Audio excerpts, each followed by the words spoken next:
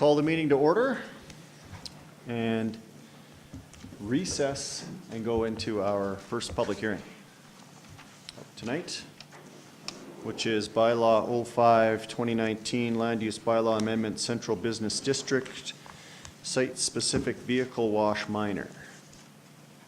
Good evening.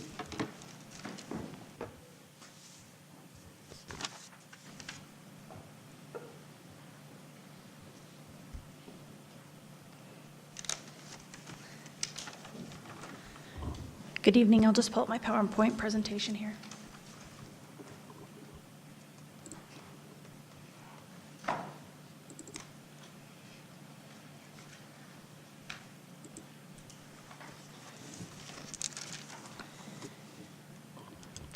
So good evening, Mayor and Council. Tonight I will be presenting Administration's public hearing report for Bylaw 05/2019.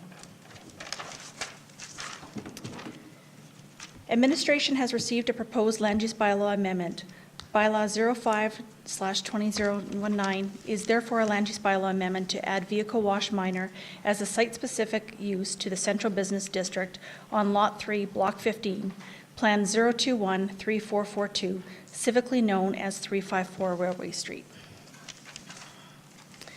The red star represents the subject area located within the town of Cochrane's boundary.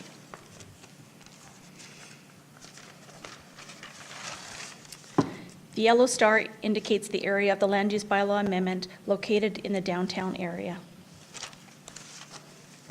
The land use concept map shows the current zoning of the adjacent lands, and the arrow indicates the location of the subject property for the site-specific vehicle wash minor.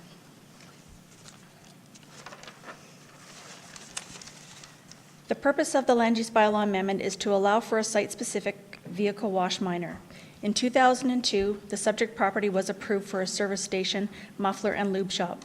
The lube shop continues to operate in the building, however, the two bays on the west side of the building are currently vacant. The landowner has secured a tenant to develop a two-bay car wash for the vacant space. However, vehicle wash minor is neither a permitted nor a discretionary use. In order for the car wash to be considered for this site, it must be listed as a use in the Central Business District. The land use bylaw amendment supports the MDP adopted by Council in 2008, where Section 112, Economic Vitality, says the community of Cochrane takes pride in the entrepreneurial spirit demonstrated in the existing businesses community and sees great potential for diversifying the local economy and drawing on opportunities in the tourism sector. And as identified in Section 7.2, the economic development goals are to attract businesses that will diversify Cochrane's economy and create career opportunities, support the economic vitality of the downtown, and encourage all businesses to stay and expand in the community. And 7.3, the town shall encourage the economic diversification and expansion of its existing businesses. The proposed amendment is supported with the downtown area redevelopment plan, where the goal is to maintain the viability of the existing downtown area. Character Area 3, north side of Railway Street, identifies that the area has historically and continues to develop with auto-orientated uses, and in recognition of the historical uses of this area and recent decisions to allow auto-orientated uses to develop, the area will continue to cater to uses that benefit from being adjacent to Railway Street and other orientated uses. The red star shows the subject parcel located in the Character Area 3 of the Downtown Area Redevelopment Plan.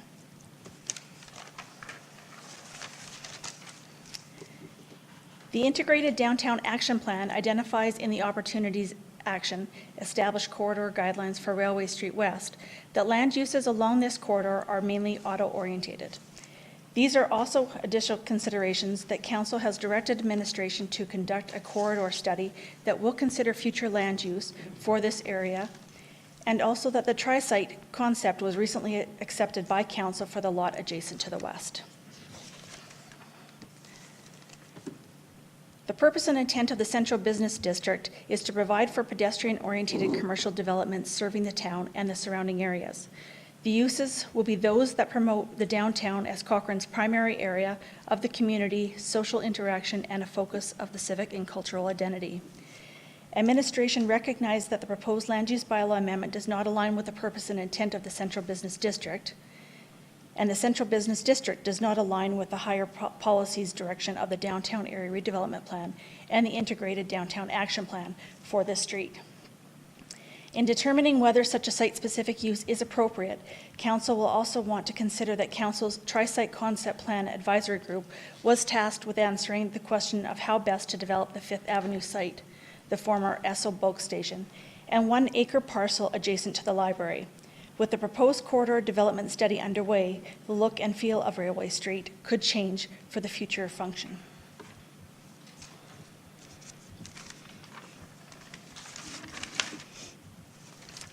The definition for vehicle wash minor means a building used for cleaning of motor vehicles which may employ automatic staff-serviced or self-service wash facilities. Vehicle wash minor is limited to 2 bays or less where the wash bays can wash 1 motor vehicle equal to or less than 4,536 kilograms at a time.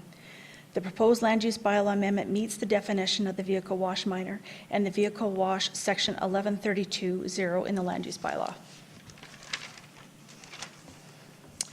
These site photos show how the property currently looks.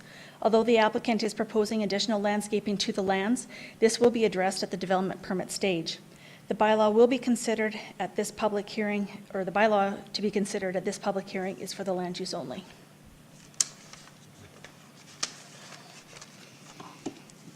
The land use bylaw amendment was circulated to internal departments and external agency. There were no concerns that were raised. The amendment was presented to CPC on February 20th. CPC was not necessarily in support or against the proposed bylaw, and the auto-orientated use is contrary to the future plan for this area. The use and the potential impacts such as noise and traffic generation would impede the long-term vision for the tri-site lands, including pedestrian-orientated activities and a public gathering area. The long-term future of the area beyond the subject site must be considered. And 2, the existing bays are vacant and the owner should be able to utilize this space for the car wash business. They should not be delayed now for what may come in the future. Car washes are needed in the community and would rather see it here than in a residential area. The public hearing was advertised in the Cochrane Eagle on February 7th and the 14th, and there were no other submissions received for the public hearing on the land use bylaw amendment. That concludes my presentation. I'd be happy to answer any questions. Okay, thank you for your presentation. Any questions from council? Councillor Flowers? Just one question about the weight, 4,536 kilograms. How big a vehicle is that?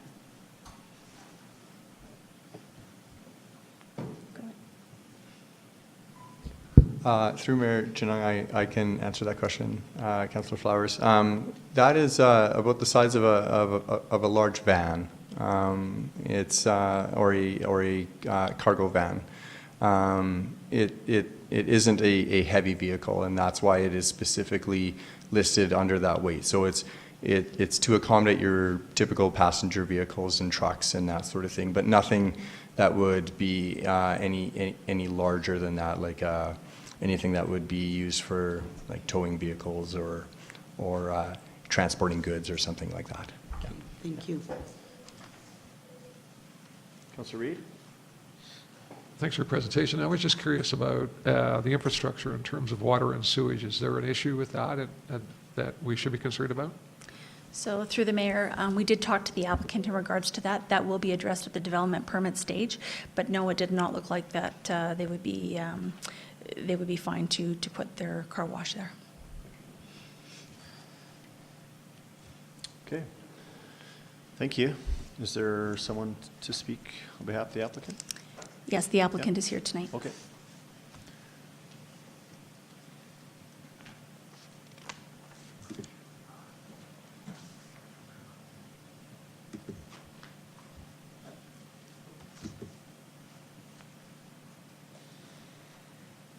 Councillor Federico, you're still there? I'm still here.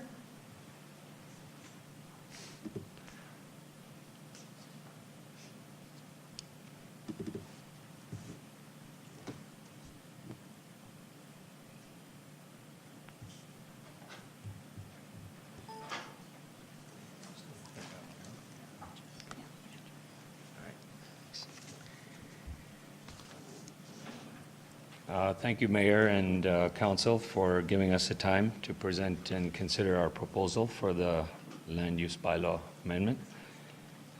We have some drawings and some renderings that will hopefully help you to make your decision.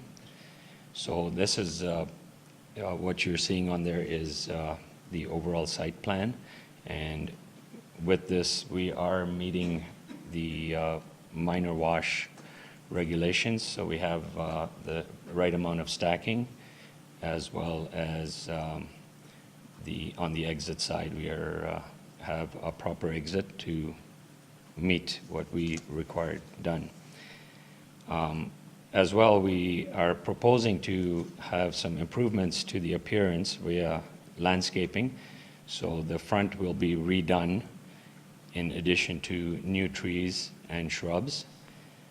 On the west side, which is facing the tri-site, there will be some large planter boxes as well as grasses used, so that there will be a good transition between the two sites, and well, not really transition, but just a buffer, yeah, between the bulk station site and our site. And on the as well, there will be some screening for where the garbage can, and that is going to be relocated.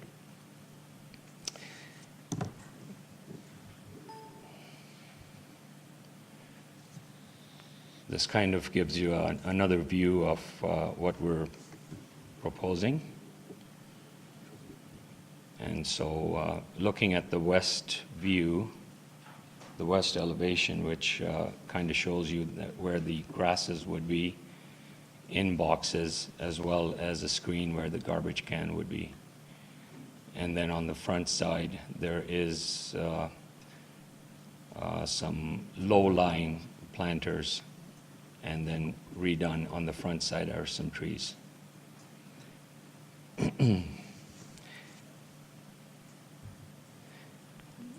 The wash itself is a new concept, and I think would be a very good addition to Cochrane. It is a two-stage, which means that the first part of it does the washing and is quite fast. It uses 5 different arms in order to do that. And then you can see in between there's a door which would open up, and then there's a separate section for drying. And it is all done indoors, which would be very good for noise mitigation, and as well as for drip space.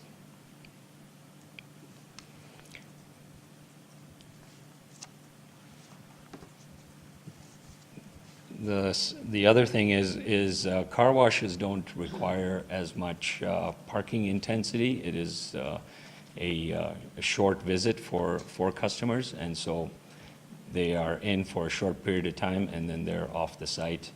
And so I don't think there would be any requirements for additional parking or for vehicles to remain on street or street parking.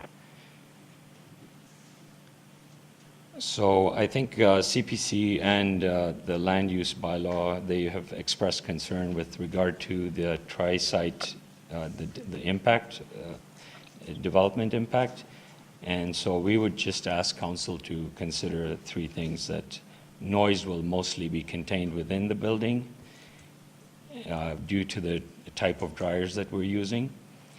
The speed of the machines will keep the lineups down, and the addition of new landscaping will create a good buffer between the site and the car wash. And I thank you for listening. All right.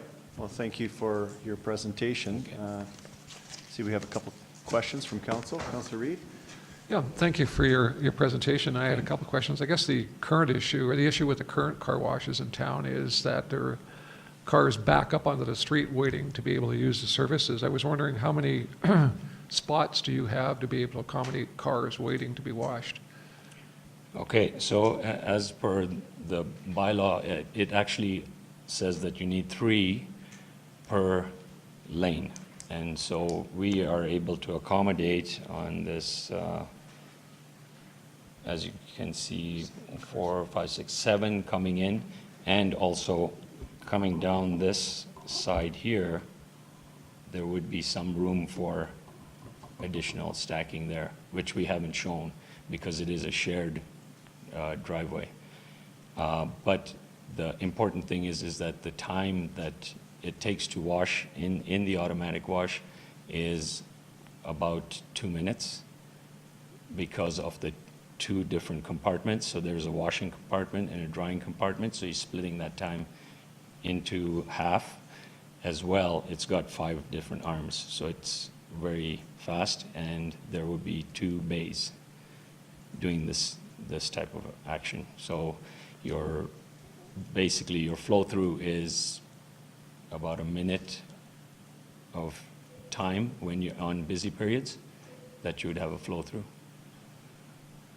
2 supplemental questions. One was, in that there's an existing business there, do you have to share some of those spots with that existing business, or are your spots completely separate from that? They're 2 totally separate. You can see there's a separate stacking for the lube shop, Right. and there's separate stacking for the car wash, which is being accommodated behind the lube shop stacking.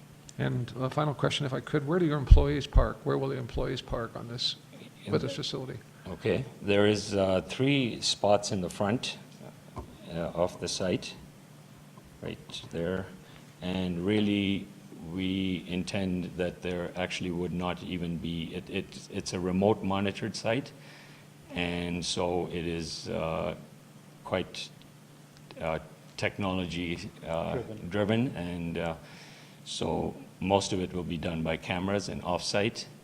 And so we would anticipate that there would be only 1 employee on site. Okay. Thank you. Councillor McFadden? Thank you. My question is, how much traffic or how many vehicles per day do you expect would be needed for your business to be successful at the spot?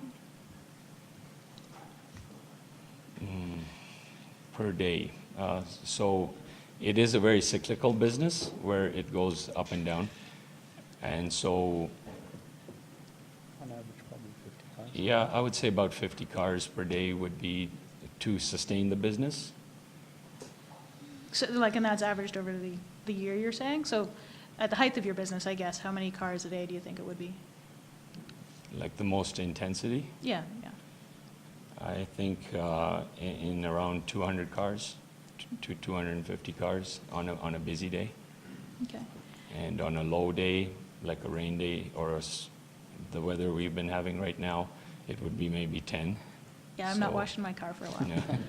yeah. Okay, and then, sorry, the landscaping, like, so the idea is that the business itself is going to fit seamlessly into the current design, and then you're going to add some landscaping on the front. I think the 2 areas of concern for the landscaping is the front doesn't look that great right now, and so we said we'll improve that. We'll put a few more trees, more fruit-like trees instead of the trees that are there. We'll remove those trees and improve the frontage, the look of it. There is a wall in front of it as well, but this landscaping would be just in front of that wall. The other area of concern is on the west side, which would be facing this tri-site.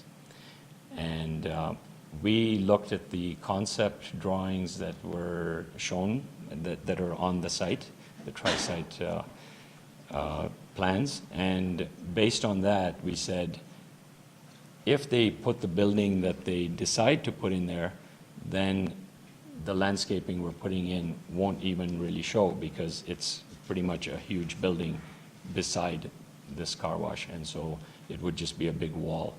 But if anything else was, if they changed that plan and it was something different, then this landscaping would create that buffer. And All right. match what's, And kind of match what was shown in that drawing as well. So providing some trees in the back, which align with the tri-site trees, and then the grasses on the side, which grow tall, and creating that buffer. All right, thank you very much. Okay. Councillor Nagel? Okay, my Let's just see if we can get it up. Oh, just don't touch anything for a minute. There you go. You're on. Am I on? Further to some questions that I think Councillor Reid brought up, I'm a little worried about backlog of vehicles. Like as you mentioned, there is a shared parking lot right on the east side of your guys' facility here. In the event of a bunch of vehicles backing up and around, how are you going to stop vehicles from blocking in the vehicles that are parked right beside them? Do you understand my question? Yes, I do, yeah. It's like right up against You're the saying wall. if they start backing up along here. Right. And blocking. And I can see that blocking in all the vehicles on the side there. I know there's a yoga studio over there, and if like a class came out and like 10 people want to leave at once while there's a lineup of people at the car wash, I actually think that could cause a pretty significant traffic jam for a parking lot. Blockage. Yeah. So there is, I think this line doesn't help here. There's a dimension line here, but there is actually a good amount of space between the property line and the building to actually accommodate two cars going beside each other. And as well, on a busy day, this flow through going through here, if you take that, it takes about 2 minutes per car to be washed, and there's 2 bays, then that reduces that down to about a minute of a car moving every minute. And so I think, that would mitigate that chance of blockages there. Were you guys planning on painting a line to create like a waiting queue areas to guide your customers to where they're supposed to park when they're in line? Yes, we Yes. have to because of the There's a 2 line? parking stands. Yeah, because we want to also, the loop city will also need their stacking as well, so that we don't interfere. So there is this stacking in the rear is for the car wash, and so we'll have to do some painted lines here and to divide it up. Yeah. And those lines are going to come down the side of the property, north to south? It was not the intent to put any lines here, Okay. because it is a common line to, Okay. but there could be something that could be done to make it easier Okay. for people to follow those tracks. And Well, that's it just- for my questions. Thank you. Just one more note to address the speed. Typical automatics will wash 15 cars an hour. These are capable of doing 40 cars an hour, so that's typically 80 cars as opposed to 30. So the speed is the key there. Okay. Councillor Federico, do you have a question? No, I'm good on my end, thank you. Okay. Anyone else on council? No? I've got one, just on the shared right-of-way. What is the exact configuration of that? Is it a shared access? It's a What's the shared technical driveway. term for what it's referred to as? Oh, Or maybe staff could help. Sure, Walter? yeah. Yes, Mayor Chenung, the technical term is shared access. So they have a shared access with the property to the east. The purpose of that is obviously having a joint access so that the accesses on that street are limited, and normally is done for safety reasons. Yeah. Okay. Yeah, the rest of my questions were actually asked by councillors, so. If there's no other questions, thank you for your presentation. okay, thank you. I think we usually go to a gallery list. There's no one on the list. Is there anyone in the gallery that wishes to speak for or against the matter? Nope. Okay, we will close that public hearing and move into the next one.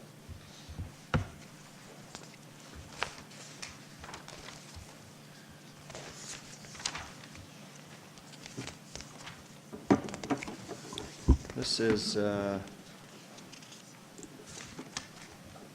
Sunset Ridge Stage 3.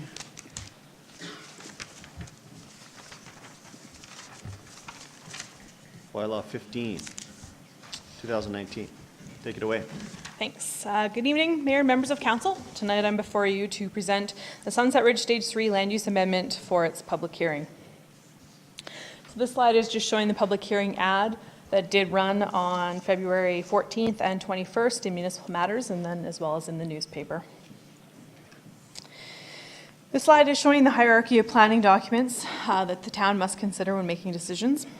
So, as you know, recently the Sunset Ridge Stage 2 Area Structure Plan amendments and the Stage 3 Neighborhood Plan have both been adopted by Council. So they're kind of in the middle portion here of the planning hierarchy, and the next stage is the Land Use Bylaw amendments, and so for tonight specifically the Stage 3 Land Use Amendment. The Stage 3 lands are located within the northern portion of Sunset Ridge, as shown in the orangey red on the screen. It is the last of the undeveloped lands within the Sunset Ridge community. This slide is showing the application that is being considered. So the application is proposing to amend the existing land uses to R2, as shown in the yellow, which is the town's most flexible land use district. R3, as shown kind of in the more orangish yellow, to support a strip of townhomes, as well as public service, as shown in the green, to support Off Leash Dog Park, as well as the finalization of the central green spine and regional pathway connection that does run through the community, and a central or a northern park at the north boundary of the community. So the R2 zoning is intended to facilitate the development of single-family laned and laneless, as well as wide, shallow laned product, as well as semi-detached laned and laneless product. So in looking at what that means for the housing allocation, the proposed zoning, it is proposed to provide roughly 61% as single detached housing, 29% as semi-detached, and close to 10% as townhomes, as I mentioned, in the orange strip of R3. So the housing variety is proposed to provide a density of 8.04 units per acre, which would come out to be approximately 635 units and just over 1,800 residents within Stage 3. So this slide is just highlighting the design features that would be included as part of the Stage 3 as per the approved neighborhood plan. So the development of the Stage 3 lands do bring the second all-turns access in from the north that would connect into the collector road of Sunset Ridge. It also does complete, as I'd mentioned already, the central linear park and regional pathway connections to the north boundary. A diversity of housing products and types would be included. Enhanced pathway and pedestrian road crossings around that central school site. And then as well, the central park portion of the site with the community association building as well. And then also importantly in terms of transportation, also the completion of the looping collector road and actually ensuring another east-west connection happens so all traffic doesn't have to funnel to the south end to get out. And then as well, as I'd mentioned already, to the Off Leash Dog Park located in the west portion. So this slide is showing the proposed phasing from the neighborhood plan. So pending the approval of the land use, the proposed phasing for Stage 3 would begin with Phase 23, as shown in this lighter blue color. So that would include that first, in that first phase, it would include the second access point into Sunset Ridge, as well as the Storm Pond facility. And then the school site and Central Park, and as well as the dog park would be phased in to Phase 24.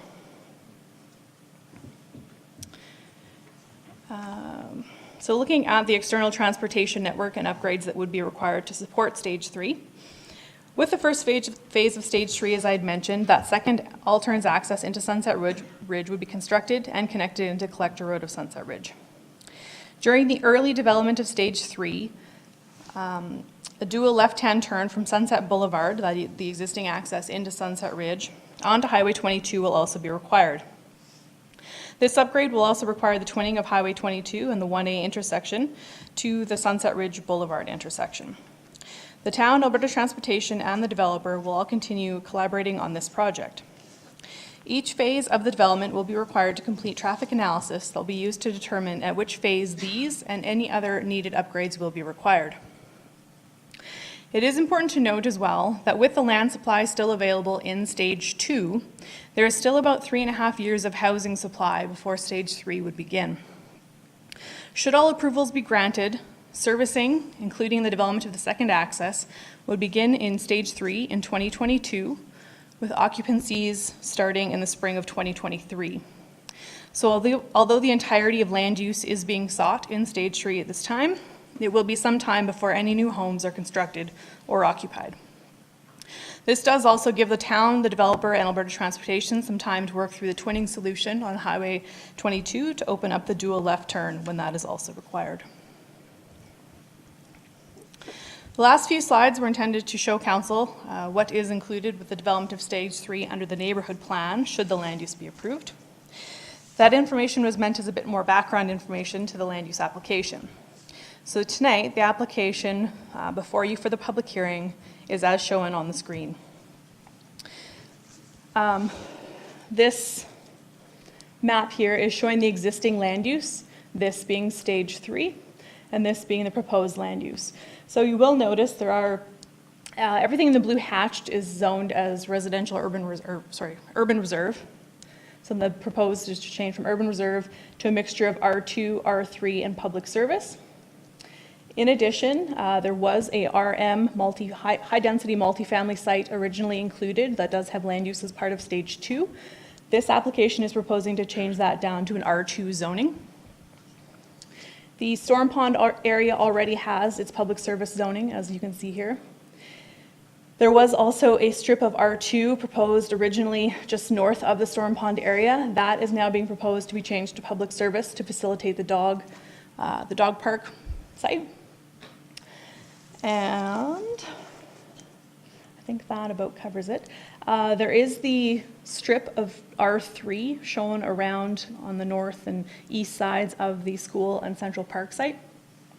So a portion of that is removed to make way for the dog park, and then another strip, as you can see in this location, was also removed for the R2 block. And then on the east side, that strip of R3 is also being proposed to be changed to R2.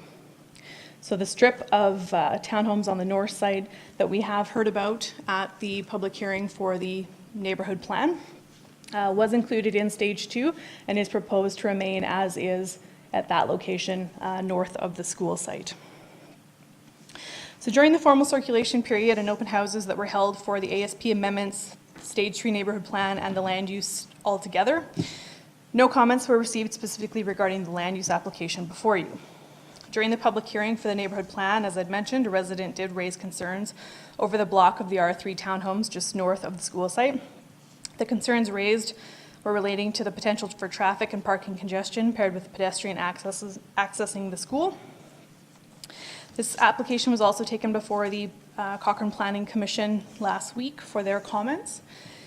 CPC was generally in support of the proposed bylaw. However, they do feel that Stage 3 does need to be planned very carefully with regards to the safety buffers for traffic, parking, pickup and drop-off areas, as well as student crossing areas around that school site with the townhomes across the street. So as I'd mentioned, that block of R3 was previously zoned as R3 during the Stage 2 land use amendment and is not part of the current application. Additionally, the townhomes do have rear access off the lane. Administration can look at limiting street parking should congestion become an issue. And when the school development is being reviewed through the development permit process, parent and bus drop-off will need to be carefully considered so as not to cause congestion problems. In addition, there are enhanced crosswalks and solar crossing lights, pedestrian lights to enter the school site as well. So with that, administration is recommending that council do receive and consider all comments presented during the public hearing for Bylaw 15, 2019. All right, thanks. Council, any questions of administration on the land use? No? I've got a couple.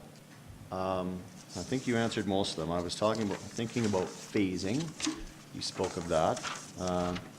If you could maybe just reiterate your timing of the project. Yes. So through the chair, what's the best map? Okay. So there is still a number of lots or units still available within stage 2. Some, And stage 2 is already approved, that's under construction currently. yeah, so Okay. I think we're at the point where they all have subdivision approval. I'm not 100% certain on that, though, but definitely not all registered yet. So that's where the, oh no, so now I'm losing my numbers. So within stage 2, so the white area on the screen, there is still approximately 383 lots to be developed. So this means that there is still about 3.5 years of inventory in stage 2 before moving into stage 3. So the first phases in stage 3 would be proposed to begin servicing in 2022, and that would include the access, the second access into Sunset Ridge, and then occupancies would then be starting proposed in the spring of 2023. Okay. And then just to be clear, the required external transportation network, how does that work? So, the twinning of the highway needs to be done first, or just what order? Right. I'm asking, I think, on behalf of a lot of residents that are concerned about Yep. what exactly is going on. Yep, for sure. So through the chair, with that initial phase of stage 3, which was that phase 23. Yep.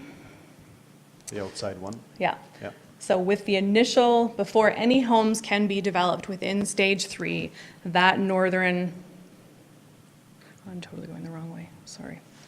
The second access is required to be constructed by Melcor from Highway 22 and connect through into Sunset Ridge, and would connect into the collector road of Sunset Ridge. At the point of approximately 150 units being built out in stage 3, that will then necessitate the dual left-hand turn from Sunset Boulevard onto Highway 22 being opened up. So it is currently in place, it's just gravelled. Yeah. But the problem being, there needs to be a dual lane on Highway 22 to accept that traffic. So at this point, that twinning of Highway 22 has not been completed. So this is where we will need to continue working with Alberta Transportation to figure out the funding solution for that part. So to be clear, that is stage 2, that can be, the dual access can be built, or has to be built before the remainder of stage 3 can be built out. Yes, through the chair. Okay.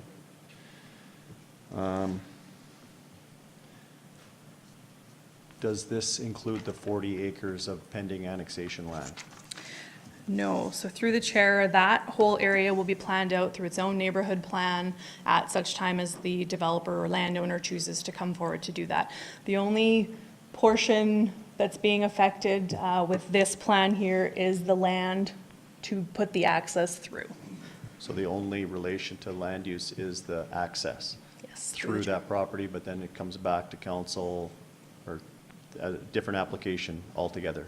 Yeah, so when that 40 acres proposes to come forward, they'll have to go through a whole neighborhood plan area, plan it out, open houses, more public hearings, and then through into the land use application, much like this one, when that comes forward. Okay. So last question, and this is kind of a backwards question, I guess. What happens if council does not give land use to stage 3? Does any of this infrastructure, do we have plans to have that put in place in other areas, or what would happen? Nothing? Right. So through the chair, Might be a question for the applicant, but yeah, and I know they have a presentation, so they might get into it a bit too, but, so through the chair, at this point, if no land use was granted and no further development happened into stage 3, transportation modeling does not have the numbers to open up a dual left-hand turn or provide that second access off of Highway 22. So the transportation network would stay much as is today. And then things like the school site, the dog park, any of that kind of stuff would also have to wait until land use was Yeah, granted. understood. So, but 383 lots remain in stage 2 that have not been built yet. So how many residents roughly would that be increased?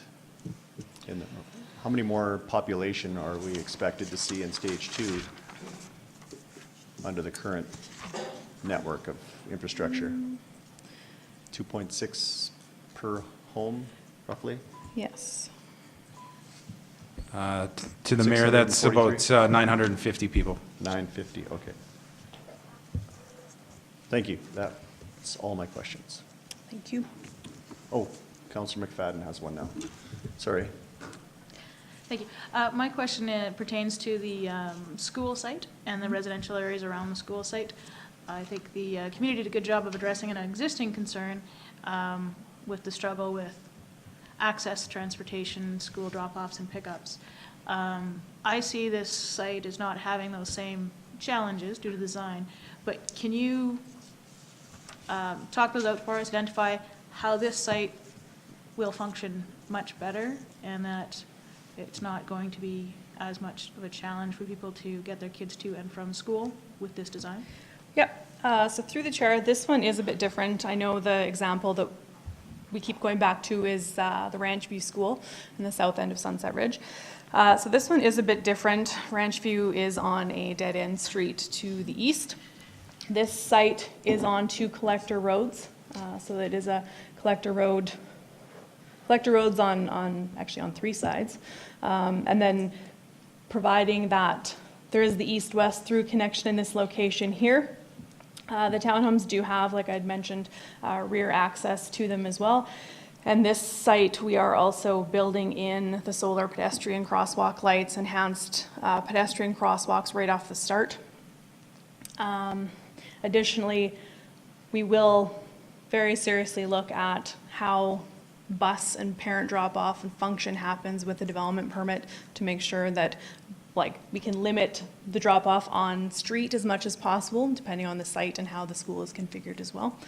I think it just, a lot goes into the planning at this stage to make sure that that does not function the same way. But I would say the biggest thing is we have 3 collector roads accessing the site. Okay, so and I see that the difference between a 1 dead-end road and 3 connector roads feeding into it. The second concern we heard was that having that extra density around the school was a bad idea. Can you speak to that as well? Yep. So through the chair, that's actually one of the planning ideals that we strive for, is to have the higher density sites around sites like schools to potentially even decrease the amount of drop-offs and driving that are required to access the school. But also in this case, you will see from what was the existing land use, the townhomes around the school have actually been reduced already through this application as well. So there's a bit of that happening already anyway.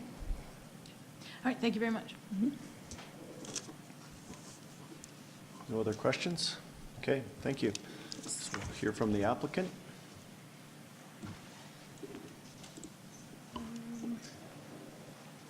I'm not sure which one that one probably. Yeah, that's right.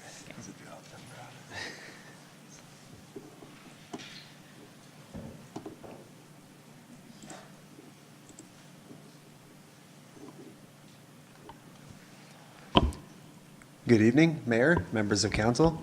My name is Jack Model. I'm with B&A Planning Group. So Alan Boucher with Melcor Developments unfortunately couldn't be here tonight. He asked me to step in and do his best Alan impression. So I'm going to keep it fairly straightforward. Candace's presentation, as always, was very comprehensive, so I'll just try to give a few pieces of information and then answer questions. So generally speaking, you can see that the Stage 3 land use proposed is mainly R2 with 1 plot of R3 and some public service district. That said, it's not necessarily a mono housing development. There is quite a bit of use of this R2 flexible district to allow us to build a mix of single and semi-detached. And you can see that the predominant use is actually still single family proposed here, and a mix of different kinds laned and non-laned, semi-detached, and front drive. The majority of the proposed housing in stage 3 is single family at 61%. And the denser housing types are all located along laned areas to avoid the higher density parking conflicts. Overall, the stage 3 land use brings a bit of balance to the Sunset Ridge community. It was predominantly R1 through the first 2 stages. So this stage 3 being the smaller of the 3 stages adds a little bit more of a mix in more semi-detached, but still overall the community is predominantly single detached.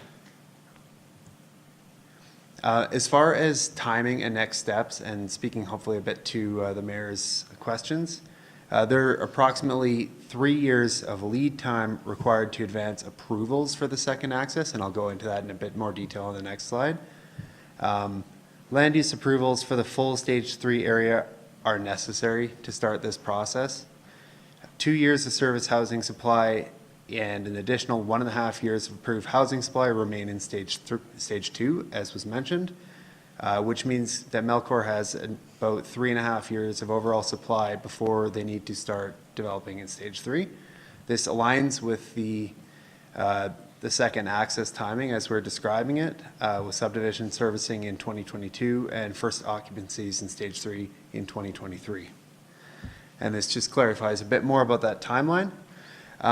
So some of these items moving from 2019 through 2020 are optimistic. We hope that we can move through approvals of the town annexation of the land, the right-of-way acquisition for the second access, and funding solutions for the upgrades at Sunset Boulevard and Highway 22 through 2019 and 2020. These things can take longer, but we are trying to move things as quickly as possible for the benefit of Sunset Ridge residents existing.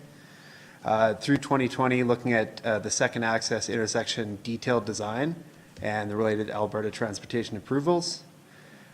Phase 23, which is the first phase of stage 3, and detailed engineering design for phase 23, including Sunset Road, the second access road, the extension of the existing one going north, up through the north 40 acres lands and going west of the highway. That should hopefully be occurring 2021 to 2022, with in 2022 the stage 3 lot sales, development financing, subdivision and construction in summer or fall of 2022. Again, this is high level and we're being optimistic about timing here, but you can see how with the time that it does take to advance these planning and servicing approvals, it's important that we start now and plan to get there at the appropriate time. So just generally speaking, Melcor is planning to put a significant investment into this north access and is also pushing very hard to move along the improvements to Sunset Boulevard at Highway 22. We're interested in advancing these improvements as soon as possible for the benefit of the existing Sunset Ridge residents. And we've appreciated all the work that we've had from the team here, from Riley, Drew, Candace, in getting us to this stage. So that's my presentation, and I'd be happy to answer any questions. Okay, thank you. Council, any questions of Melcor and the applicant? No? Mayor Janang, can I make a comment? From above speaks Councillor Fedeko. Yes. Do you have a comment or a question? This is public hearing. No. Yeah. Actually, just a comment, actually. Probably, again, my concern is around that school site. And I realize that, you know what, it's a different configuration than what we've seen at Ranchview. But when it comes to the school site at Fireside, we see a lot of the same problems. So I just want to make sure that they're really cognizant about paying attention to that area, how they're planning, and what they're allowing for parking around that area. That's my major concern. Okay, as formed in a question. Do you have a comment about how to address that that hasn't been addressed through administration already? I don't know the Fireside site specifically. I'm not sure if it's laned there, and I'm not sure if the the more recent road standards apply on that site as well. Compared to some of the situations in the existing Sunset Ridge, the standard for residential road is wider in the current design standards, so that's what we're using here. So that may have an impact on the parking capacity and just the general closeness of the road there. So you're saying the road around this proposed school site is wider than what it is around the Ranch View school site currently? I'm not sure about Ranch View, but Ranch View's the other one in Sunset. Yes, Yeah. yes. I always mix those two up as well. Sorry. I've driven to Ranch View to go to Fireside. Right. And vice versa. Okay, does that answer your question, Councillor Federico? Yeah, that's primarily it. It's just more of a comment more than a question. Okay. Councillor McFadden? Yeah, sorry, I did have a couple of questions. So for the two accesses to get from Sunset onto the highway that we're talking about, can you give me the scope costs of what it's going to cost to do that second left lane access onto Highway 22, and then the cost to also put that second new access further north? What are those costs? Unfortunately, I think this is where my Allen impression is going to fall apart. I don't know those numbers. I apologize. All right. That's good enough for now, then. We'll get those later. Okay. And I have one in relation to that. And you spoke to it in your presentation, but just to be clear, Melcor is paying for all of those upgrades? Constructing and paying for? So in each case, a little bit different scenario. With Sunset Boulevard and Highway 22, those are costs that we're looking to be paid either, to be added either to the scope of work of Alberta Transportation or added to the town's offsite levy bylaw. When we're talking about the north access road, that will be paid. So it's staged, the first stage of that road, what's required to build out stage 3, or a portion of stage 3, only a portion. The amount that is required will be paid for by Melcor upfront. And then when the future developer to the north develops their land, they will build the rest of that road, and they would pay Melcor some cost recoveries for things like stormwater infrastructure. And then additionally, Melcor is planning to front-end some costs for additional signalization inside Sunset Ridge on Sunset Boulevard. Right. Okay. Thank you. No other questions of the applicant? No? Thank you. I think you were the only speaker on the speakers list, unless there is anyone in the gallery that wishes to speak for or against. Seeing none, we will close the public hearing. We will take a 5-minute break so we can switch over our feed and carry on with the meeting.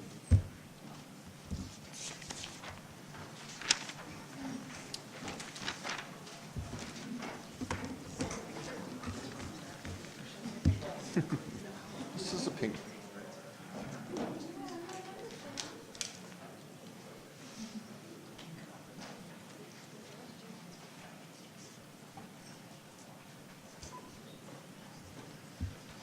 Councillor Federico, are you still with us? I'm still here. Oh, you waited just long enough to, I thought for a minute there you'd slip back into holiday mode. Well, I'm always on holiday mode, but not quite yet. Okay, we'll call the meeting back to order. First thing on the agenda is the agenda. Additions or deletions. Does anybody have anything to add or delete from the agenda? If not, I'll look for a motion to approve. Okay, Councillor Reid. All those in favor? Okay, that's carried.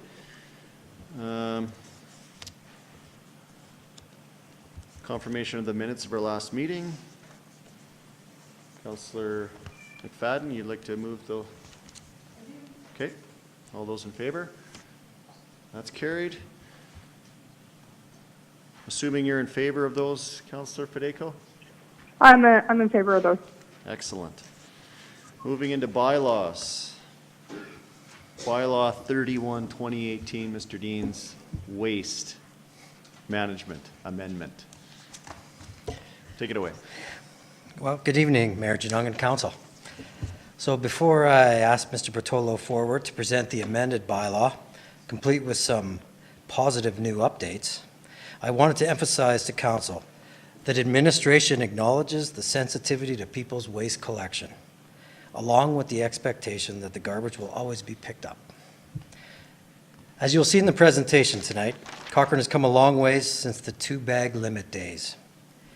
I recall that the implementation of that bylaw amendment also had its fair share of opposition initially, but the citizens adapted through some change in habits and eventually moved on.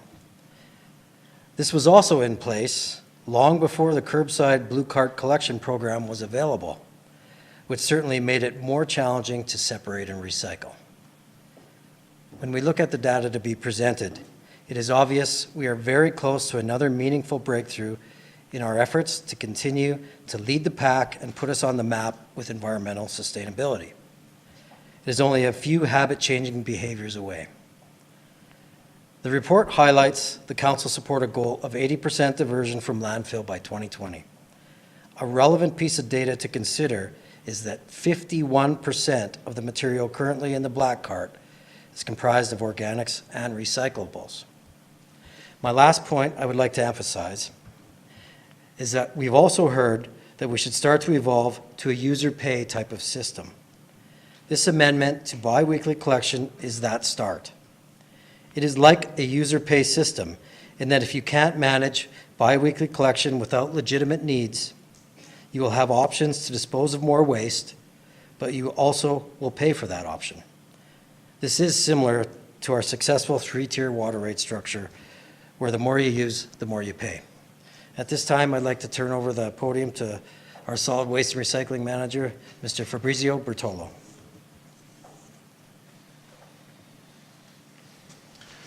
Yeah, thanks, Rick. Good evening, Mayor, members of Council. So this evening, we want to resume the conversation about waste diversion.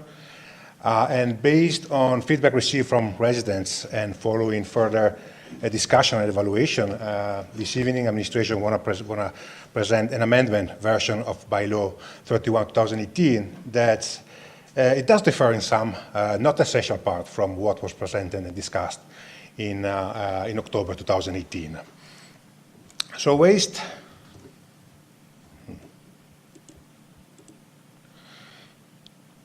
Yeah, the waste reduction strategy follows the zero waste framework that was approved by Council in 2012 with overall vision of zero waste and an interim goal of 80% of waste diverted by 2020. And why is so important to get to 80% waste diversion? What was the rationale behind the zero waste framework? We can reduce costs for residents as recycling and organics processing, they do cost less than disposing of waste at the landfill. We can contain future costs of waste disposal. Waste disposal cost could raise for residents up to $3-4 per household per month starting in 2020.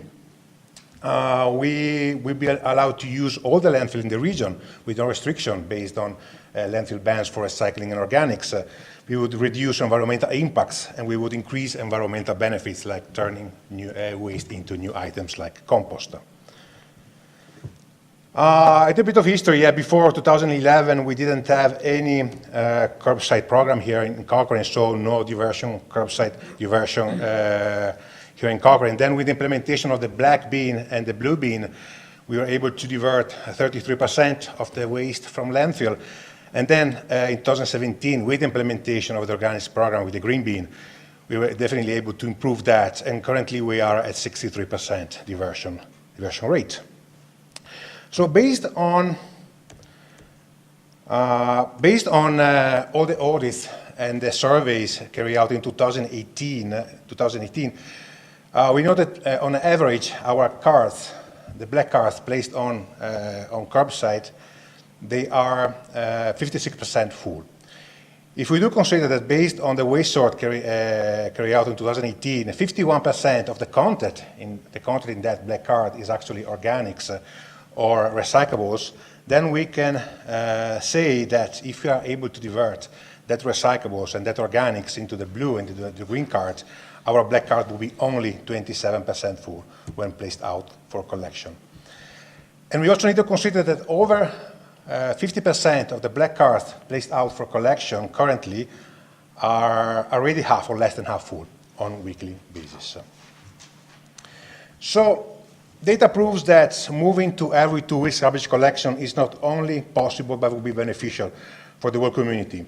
If Bylaw 31/2018 is approved, it would move waste collection, the black bin collection, from every week to every second week, starting in May 2019, with several exemptions for family with children, children in diapers, low income, and medical waste.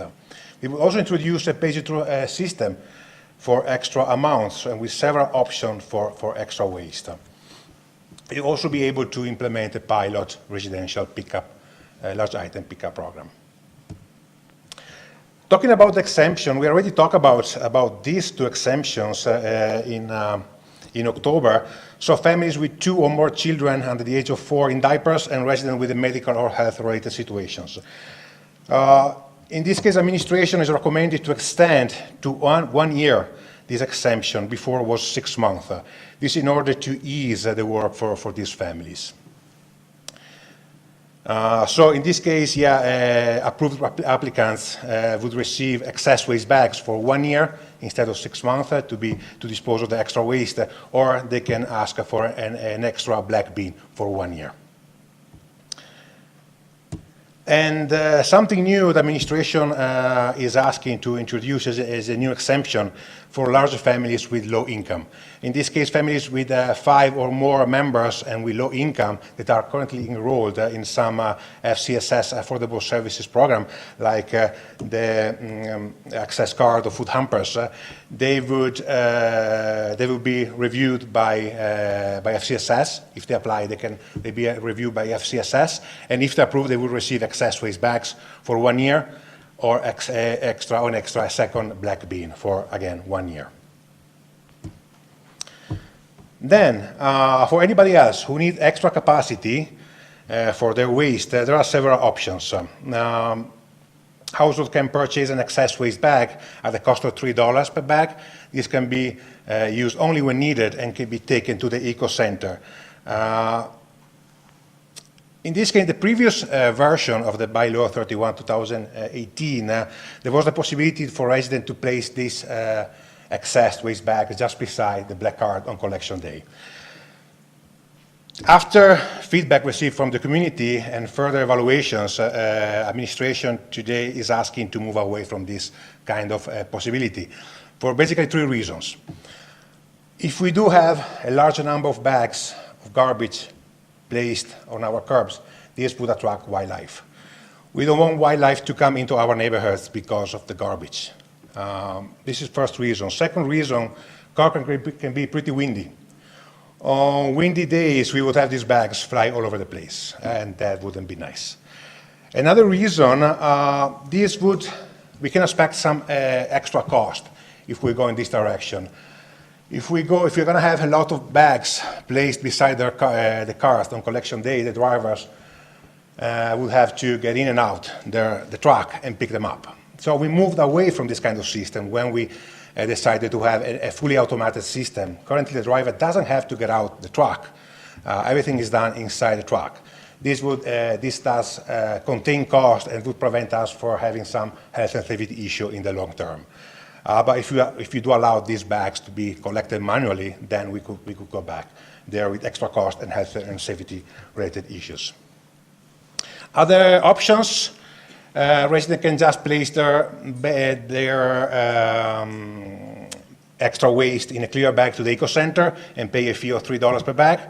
Or if the need is there every week, they can just order a second waste cart at the cost of $45 upfront for the cost of the cart and an extra $13 per month on the utility bill. So the cost for the second cart is supposed to encourage waste diversion and the use of the blue and the green bin and the eco center. If the cost is lower than this, it wouldn't encourage these behaviors. And beside this, If we reduce the cost for this extra card, for this second card, that means that the other residents that are currently doing a good job, they are diverting their waste, they will subsidize the cost for this card.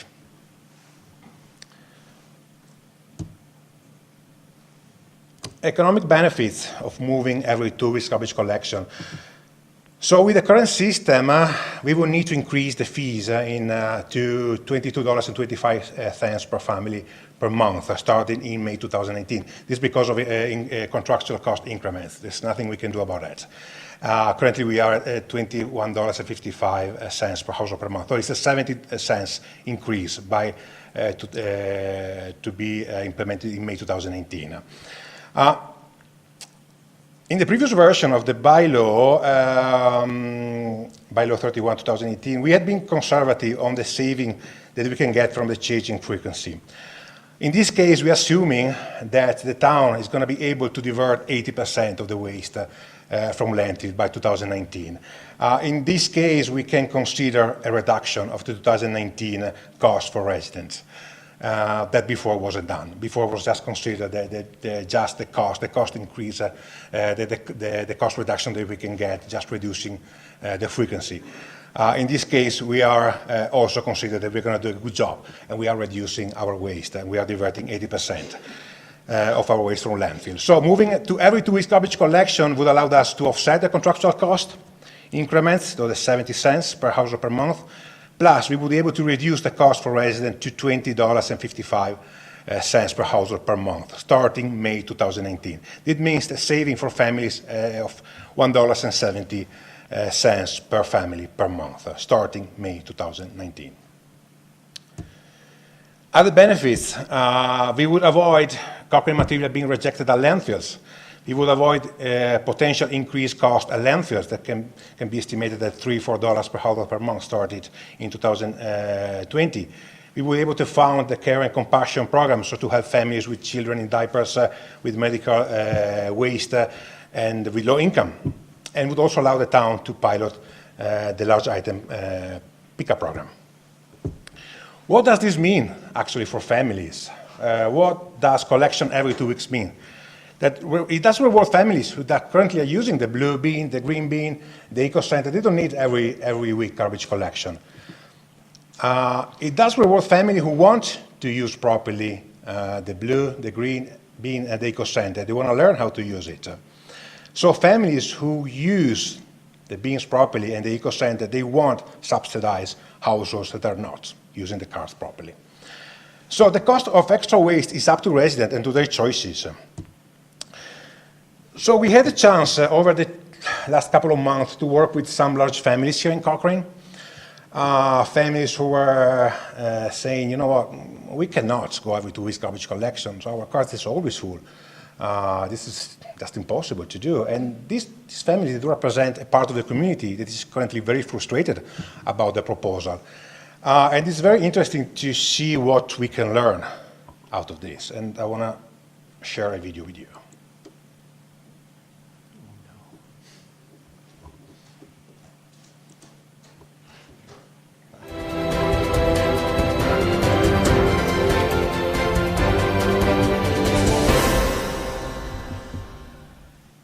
Families all over Cochrane sort their waste into recycling, organics, and waste carts. One family of 4 and one family of 5 said they would find it very challenging to move to bi-weekly waste collection. So staff gathered their waste from a typical week and checked it out. Turns out, both families were putting some of their food waste into their black carts instead of their green carts. Paper goods can actually go in the blue cart. Even paper that has food debris or cleaning material on it isn't garbage. It can go in the green cart.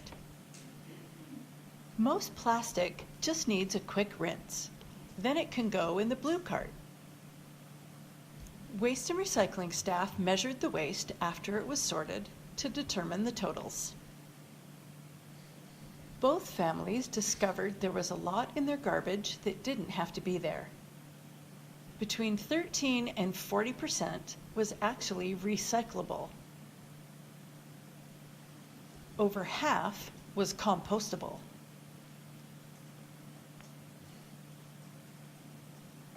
Between 6 and 13% of their black cart was actually waste. We followed up with both families a few weeks later. Both had managed to reduce their waste significantly. All it took was showing them a few tips and tricks for sorting. Now their waste carts are less than half full, and they feel confident because they know what goes where. The town has lots of information to help your family reduce the amount in your black cart. Look for resources on cochrane.ca/waste or contact us to request your own family waste audit.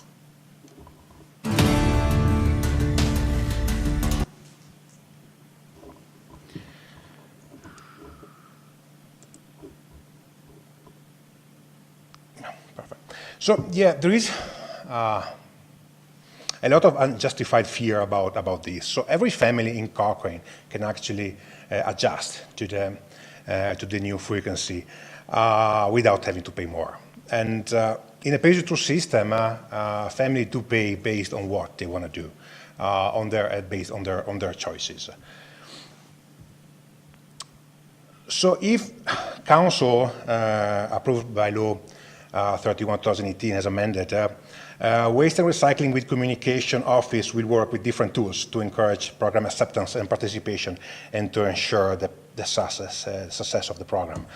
We are currently working as well on a new app with website use that will allow residents to receive collection calendars reminder.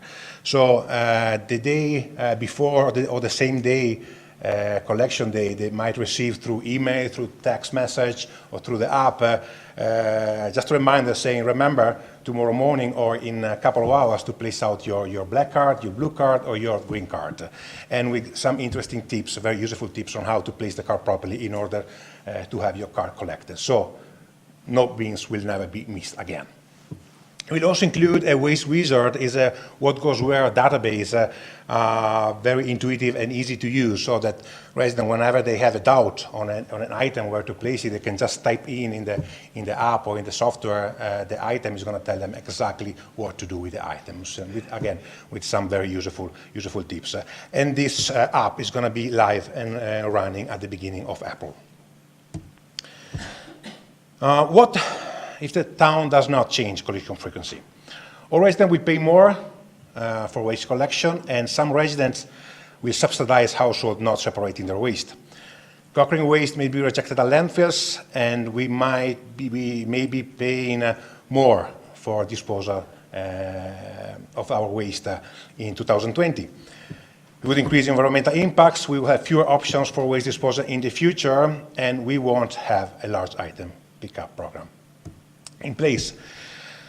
So this evening, the options for Council. Option 1, the Council rescind the previous second reading and give a second reading as amended, and thereafter a third reading to Bylaw 31/2018 as amended. In this case, all eligible Cochrane households will have garbage collection every 2 weeks, commencing May 2018, and the waste collection fees will be reduced by $1 per household per month, starting in May. Option 2, the Council not give second or third reading to Bylaw 31/2018 and approve and provide administration with further direction. In this case, the waste fee will be increased by 70 cents per month in 2018. We risk not to be ready to meet the timeline for the City of Calgary waste strategy, and we might have to pay more or not be able to use local landfill access. And this was my presentation, and any question is welcome. Okay, thank you. So just procedurally, we have second reading currently has been given, and we have not voted on that yet. So, and that was at the bylaw, no? If I could provide some clarity through the Please. chair. Second reading was given to Bylaw 31/2018 as originally proposed when it came forward to Council. In order to consider an amendment, Council has to do that prior to second reading of a bylaw. So the requirement would be that Council rescind second reading of Bylaw 31/2018 and thereafter consider the amendments, and then you would give second reading as amended. So we should rescind first and then debate the new.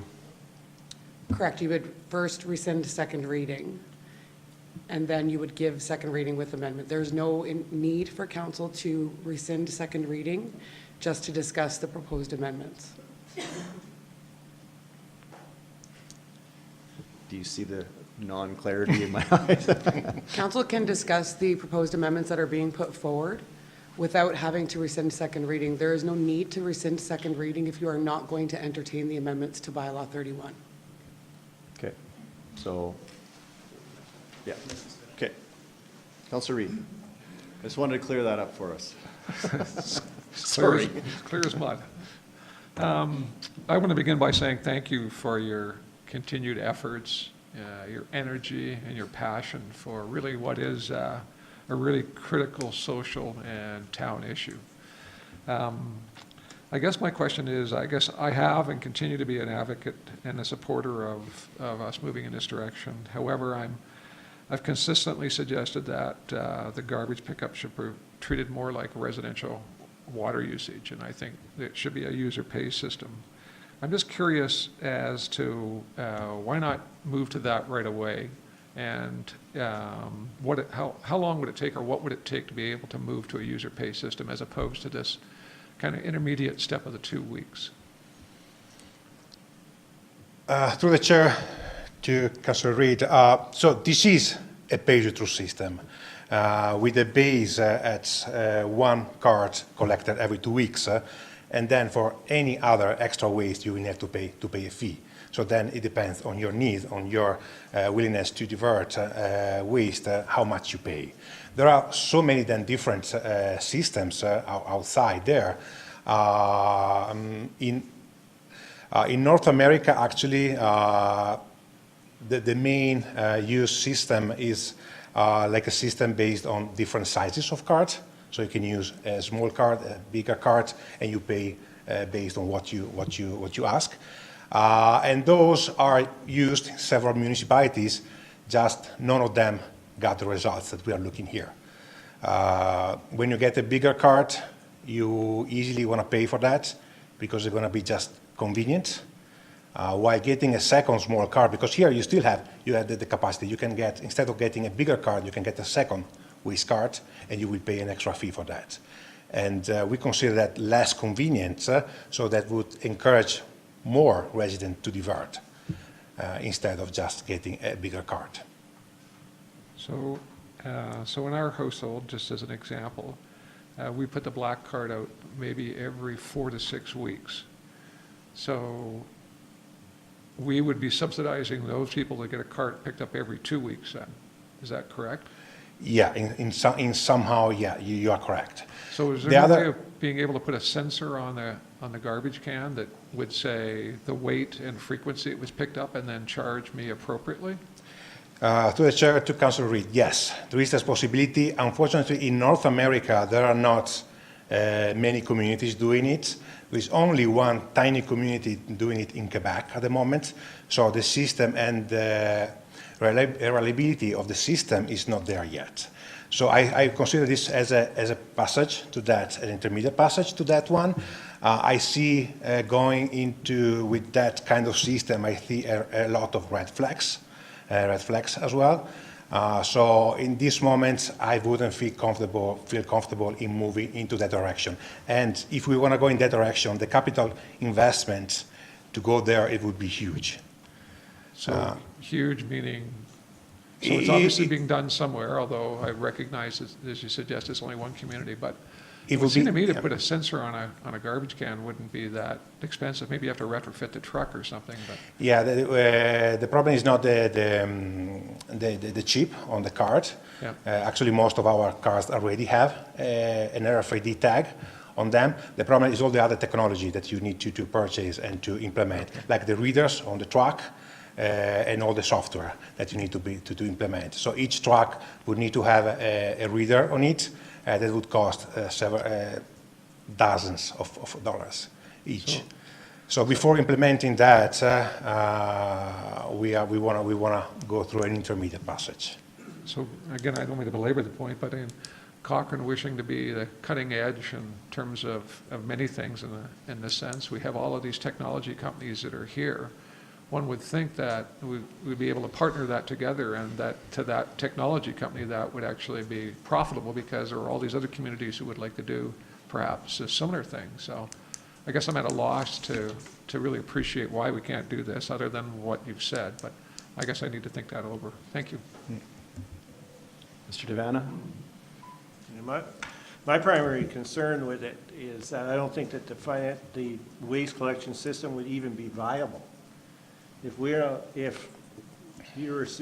every client was like you, and we still had to pick up garbage around town, we still got to run it all around town, we actually would have to charge the people that do put out garbage significantly more. So this system is designed to keep the overall average amount low at $22. If we had a system where you didn't comply, and most people did comply, those people would be paying an exorbitant amount of money to have their garbage picked up. And so I don't think I think it's a good system, but is it going to work as for financial viability? I would say no. So just to be clear, so that's just your personal opinion, that's not based on any research? I'm not. No, I don't have any research, but one can conclude if you're not picking up the garbage, you're not paying anything for 6 weeks. Right. And the majority of the community was able to do that, then the people that are left over to pay for the service are going to be paying a significant amount more, because you're not blending the average. It's just basic math. Yeah, I get that, but I'm just wondering what the research would be behind that in terms of being able to see if most households are like mine, right? You don't know for sure is what you're saying. Well, it's not been tested because it's only been tried in one place, and they were finding, and what I heard was not a financially viable model. So I would suggest to you, I think it would be great if everybody recycled. We never had to pick up a black bin, which is almost possible now. Right. And we would move away, but our community is concerned about not being able to pick up on a bi-weekly basis. I would suggest that it's going to be a while before we're going to be able to operate in a system like the one you're talking about. Thank you. If I can add, definitely the first step we think is the one going every 2 weeks garbage collection, so we can change behaviors. And we are already looking into going into another system, 100% page-through program. But it's going to take a while to go there in order to make sure that it's going to be a viable option for us. It's not going to really penalize some families instead of others. So it's on the radar. It's going to take a few years before making it happen. Councillor Flowers? Thank you for your detailed presentation. I found that it addressed all the issues that we were talking about last time. I really like the special services that you put in for those that have young children, low-income households, or health issues. I've talked to a lot of people that had those concerns. And most people I spoke to believe that they can do it, going to every other week, because they've learned a lot about how to sort. But those that don't think they can do it also admit that they need to learn more about sorting. So I think there's still a lot of education that needs to happen. My one question was the $45, if they purchase another black bin, can they turn it back in and get their money back if they decide they don't need it? Through the chair to Councillor Flower, we currently are not considering that because we don't know how long it's gonna be used, the card, and in what condition it's gonna be returned. So we are not considering that at the moment because if it's gonna be returned in very bad shape, we won't be able to give it to a new family. So at the moment that is not an option. Thank you. Well, I am in support of the amendment and the whole going bi-weekly now. I think people need to learn to compost. Thank you. Councillor McFadden, you had a comment, question? We'll just wait for your mic to come on. We're having a little technical difficulty with them. So just, there we go. We're good now? Thank you. Great. So I think we've done a rather, extensive public engagement through this and a lot of, I certainly heard a lot of comments and questions. And I was just wondering if you could help answer some of the questions that I have heard. One of them, a lot of our discussion and argument around this is that our waste goes to the City of Calgary's landfills. The City of Calgary is setting parameters that we need to adhere to if we want to continue to use their landfill. So then one of the comments I heard is, why doesn't Cochrane have its own landfill? Why don't we manage our entire waste disposal ourselves? Can you speak to that? Yeah, through the chair, to Councillor McFadden, we will never be able to get a license for a landfill in Cochrane, as we have a landfill that's 15, 20 minutes from here. So Alberta Environment will never give us a landfill license for authorization here in Cochrane. And then I would add this, we could ask a resident when they are asking if you want to have a landfill, if they want to have the landfill in their neighborhood. Nobody would want that. So we have a landfill that is close enough to Cochrane. We need to use them properly. Not even Rocky View County want to have a landfill in their land because for two reasons: because they want to divert, and they want to have they have landfills available in Calgary. So and then technically it wouldn't be possible for us to ask for landfill. Okay.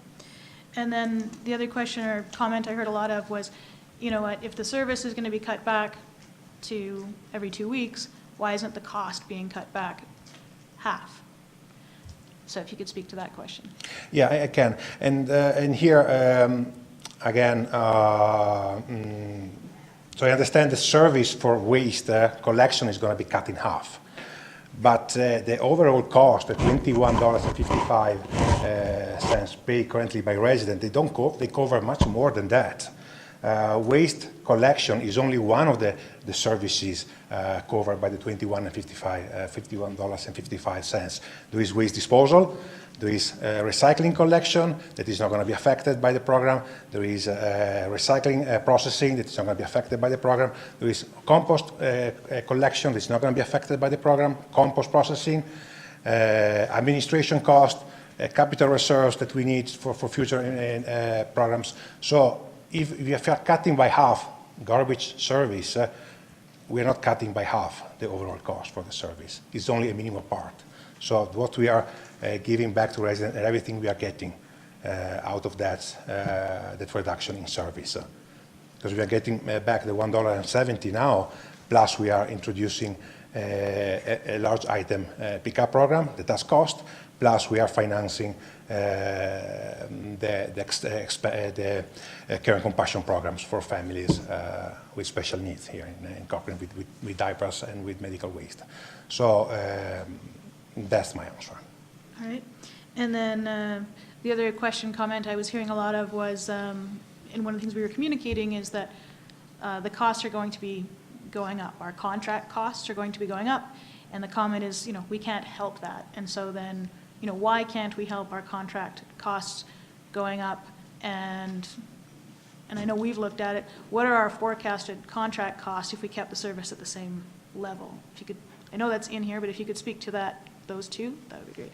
Yeah, so we have a long-term contract with the current contractor, and for each year in the contract there are cost increases. So it's nothing that we can negotiate now. When the contract was signed 4 years ago, those are the costs that we are going to pay year by year. So it's nothing we can really do about it. We throw with this contract, but we don't have any reason to do that. And all the contracts, they work like that. So I mean, there is always a cost increase for all the services year by year, and this is what we have in the current contract. Okay. All right. Thank you very much for those. Councillor Nagel?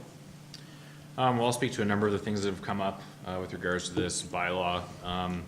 Firstly, on the user pay system, I completely appreciate Councillor Reid bringing that up. I'm a big believer in utilizing market forces when it makes sense. However, I don't think it does make sense for garbage collection.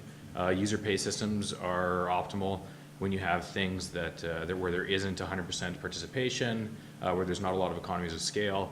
And with garbage collection, there's almost 100% participation, which means like almost everybody in town needs garbage collection. So it makes sense for us all to just throw our money together And then on the economies of scale side, there's huge economies of scale in garbage collection in that if the garbage truck is driving from one house to another, all the homes in between, if there's a garbage can there as well, there's almost no marginal cost to just stop, pick up the can and keep going. So for this, I don't think trying to create an entirely user pay system makes a lot of sense.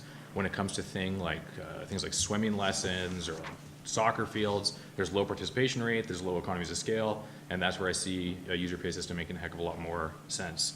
But speaking to the bylaw itself, I have been a pretty vocal, I guess, opponent of biweekly collection for a while, and following our last meetings, people did challenge me to get out there and try and actually implement the program in my own life, and I have over the last few months.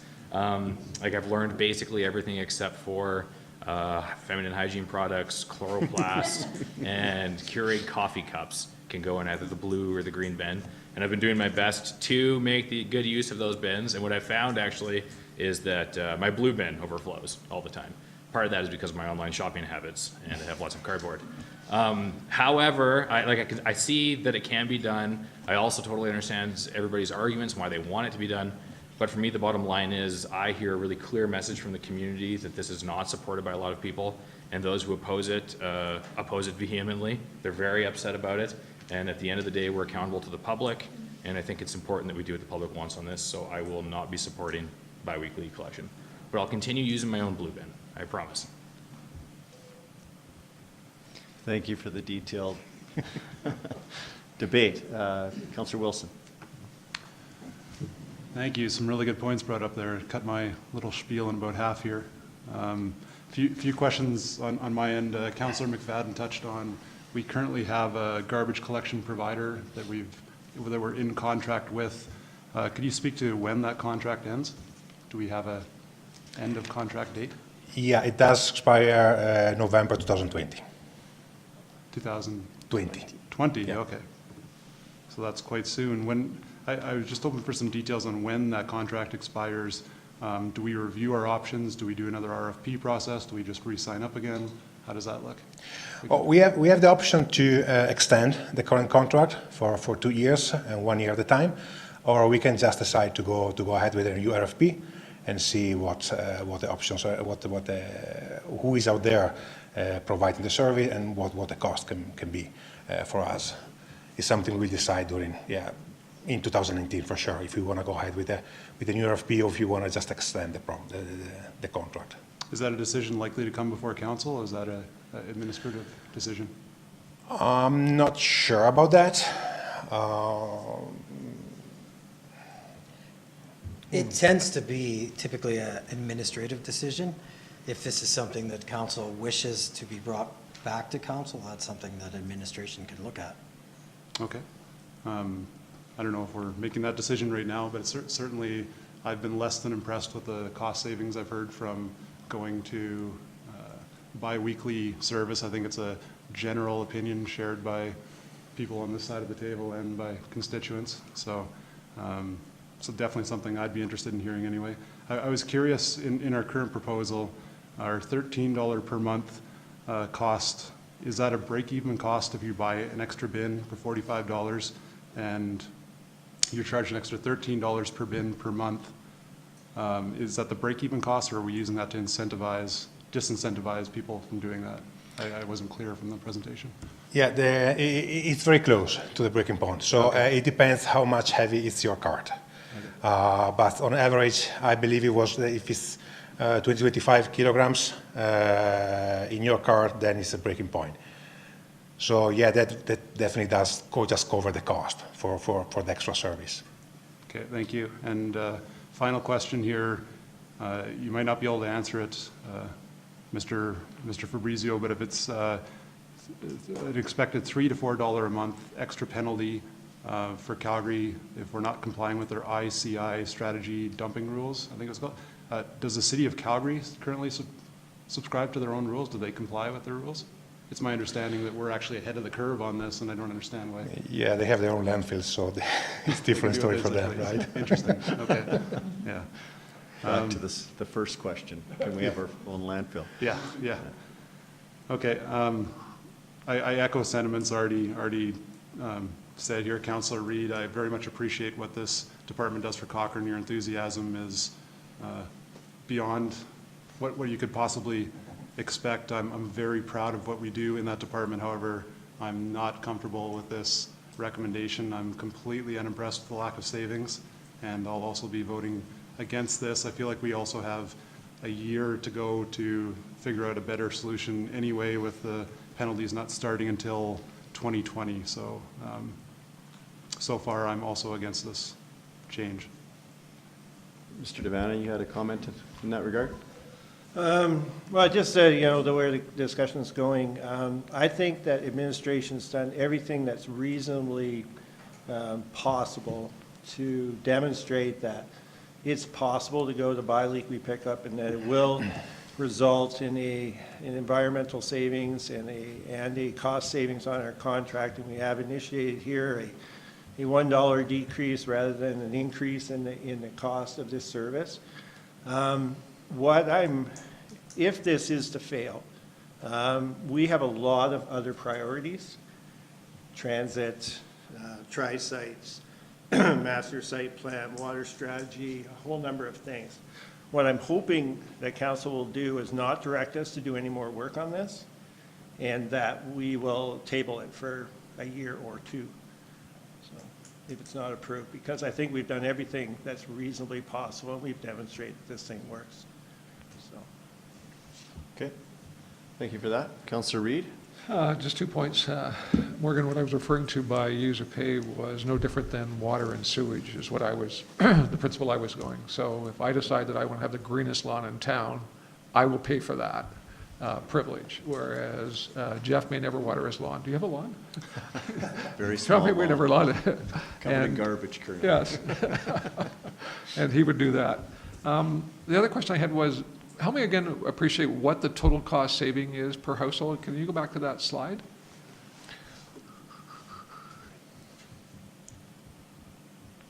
This one.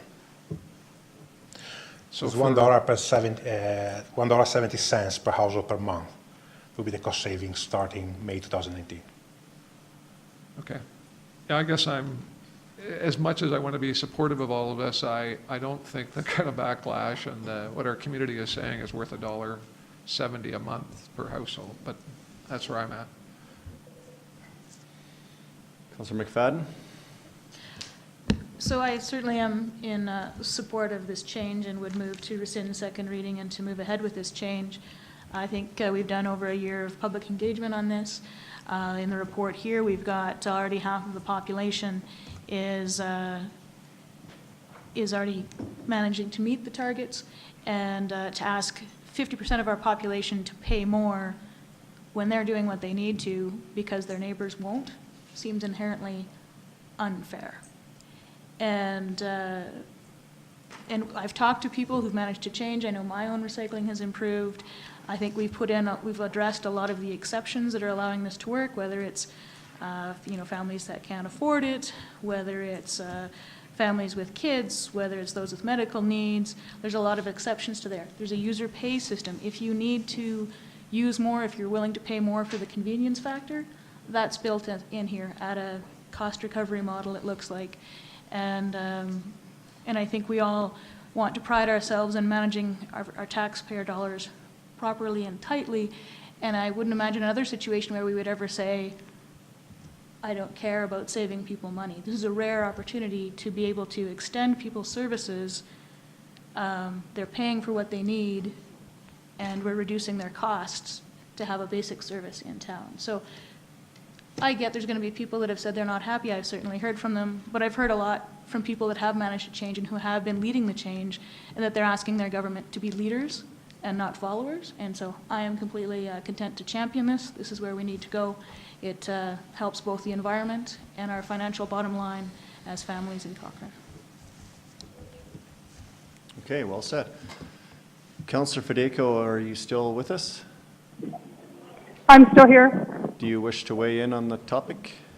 Yeah, absolutely, Mayor Janung. I mean, Fabrizio, I absolutely love what you did for my family. You taught me a ton of stuff about what not to do and what to do, and I couldn't be more grateful for for what you show me. This topic is a very difficult one for me because obviously I've been able to realize through my own implementation that I can meet the goals of being able to divert properly. I guess the problem that I have with the whole thing is that there's not enough cost savings enough for the people that necessarily aren't there.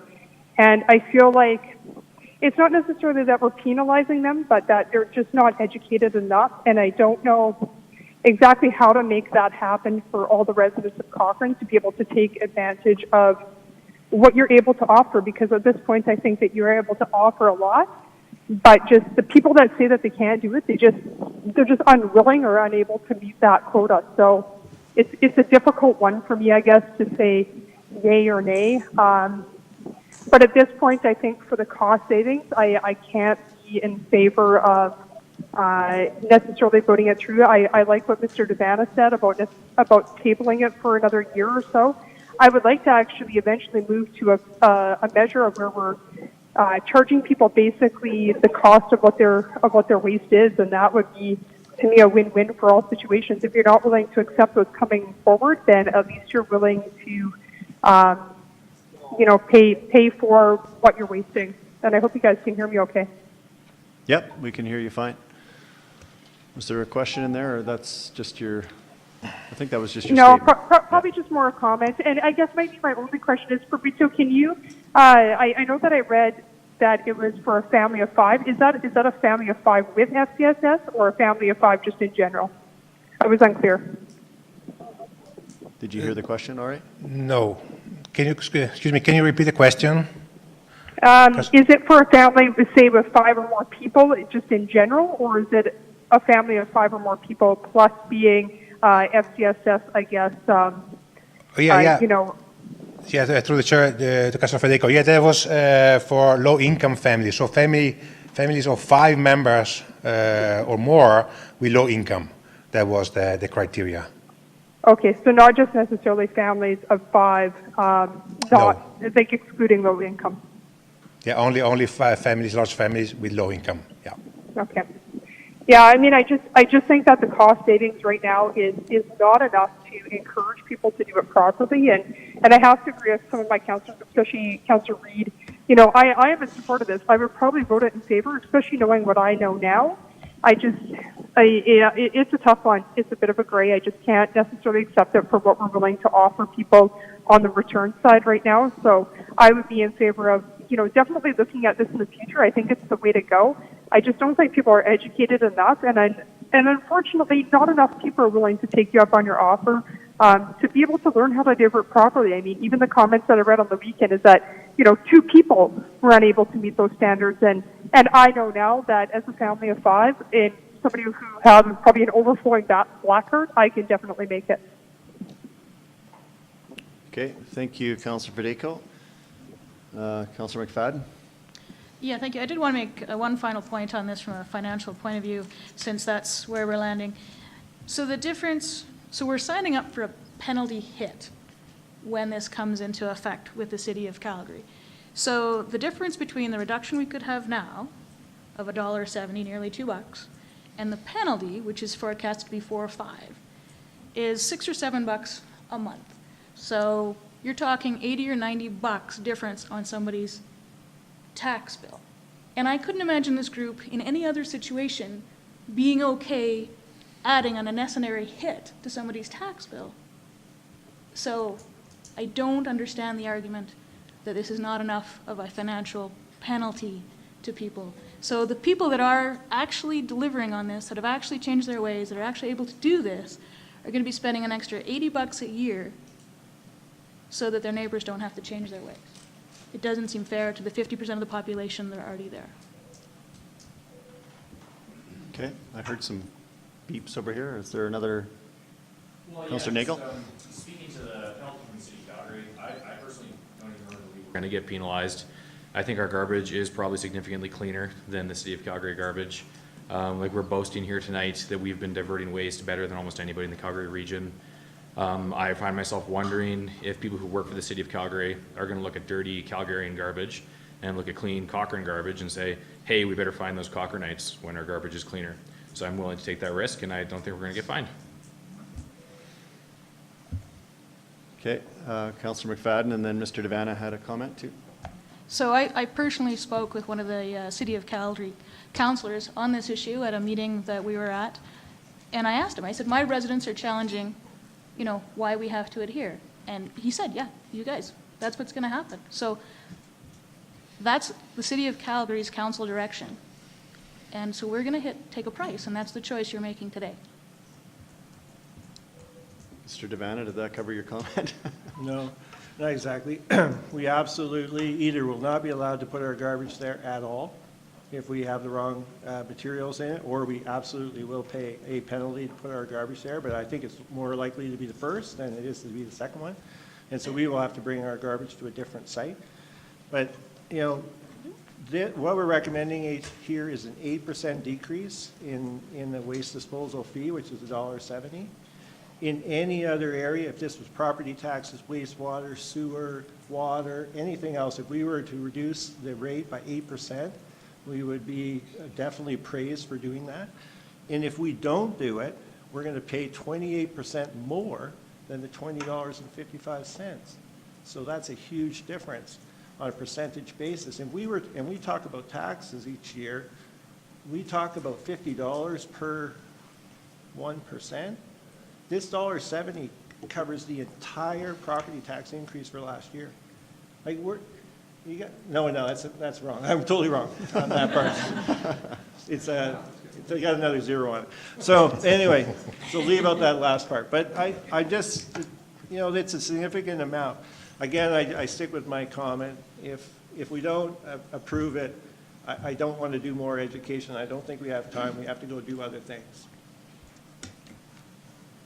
Councillor Wilson. I appreciate a few of the comments that were just made there. I think the general opinion in the public, and I don't think they're wrong, is that it may be ill-informed slightly, but the general view in the public that you hear is we are receiving half the service for a $2 savings or a 9% savings, not a 50% savings, and that's what really bothers people. And while it's slightly ill-informed because it's, as Fabrizio pointed out, there's many services we're talking about here involved in it. I understand that as well, but even now that I'm clear on that and I still understand that, I'm completely unimpressed by the financial savings, and that's all that's holding me up on this, because otherwise I think it's a fairly, it's the way of the future, it's the way we're probably going to move, but right now I'm completely unimpressed by the finances, by the money in front of us, and I don't think public perception's wrong here. So also I'll say on the Calgary matter, I feel it is still base speculation, although I could be wrong, and what Councillor McFadden and her CEO just said might be true. We might be penalized or forced to move. I don't think we know the answer to that, and I don't think Calgary's even following their own standards, which is so obnoxious that I can't, like, that's a head scratcher. It's completely nuts. So why we would go over and above when we're already above their standards is crazy to me, and I'll be voting against this still. Still. Okay. Well, my own thoughts, and I appreciate the council gave us the time to come back in February, and I still truly believe in diverting waste from the landfill, and I think that's the ultimate goal. And I think actually everybody on, as you've said tonight, Councillor Wilson, on this side of the table, that is the goal, and everybody wants to achieve that. So we're all on the same page there. And I too want to echo my just kudos to your entire department for all of the hard work that you've done. I did sit in on one waste sort morning, and the fact that you went through 9,000 of those bins and I sat through one, that is a commendable amount of work that you have done and put into this. So please pass on to your entire team how much we appreciate their efforts. So that being said, I asked council for the Mission Impossible time, and to be honest, I was in the frame of mind, that this would be an easy win for us to go to bi-weekly pickup. So my intent with that was to go and just exactly see how is it. And to be clear, it is possible. I think we have the stats to prove that it's possible, and we have all the sorting and all of the data that we've gone through and all the videos and all of the engagement is telling people that it's possible. My issue is just that, the message. I think that we have been preaching to the choir is kind of what I've written down throughout the report tonight. I do not want to be a government that says to its residents to comply. Resistance is futile, and I'm using a Star Trekky, metaphor. But you know what? I've heard from a lot of people, and I think it's, I know we can do it. We know we can do it. Those families don't know they can do it yet, and that's the issue. And to me, it's not about the cost. It's not about the looming cliff we're going to go over, which I agree, we're headed that way, and then we're going to have to come up with a solution. And I also agree with Mr. Devanna that we do not need to spend more money and more time on this, that we need to park it and get to some other initiatives that are higher on the priority list. But we will have to deal with this eventually. So to me, though, it has put a huge spotlight on a gap that we have in messaging to the right targeted audience. We have gone out and done a waste sort, and I'm going through our agenda here. Excellent initiative, I wrote down here. Waste audit for 2 families. To be honest, I was very disappointed in the take-up in my Mission Impossible initiative in the community. It was a whole lot of noise with people saying that they didn't like this and they would sign up, but then when I asked them, no, I don't want to have my garbage gone through, which again, so being disappointed, I also then ask myself why. People are very private with us, and I know we have the ability to go through someone's garbage. It is legal for us to do so, or otherwise we wouldn't have done it. But it's still sensitive to people, and I think that that is what we're coming up against. It is not the initiative to do better in our community. It is not I want to conform and do well and for the environment and all that. It's none of those. So moving on to the next one, reducing waste collection frequency, and I would say we're having huge pushback there, obviously.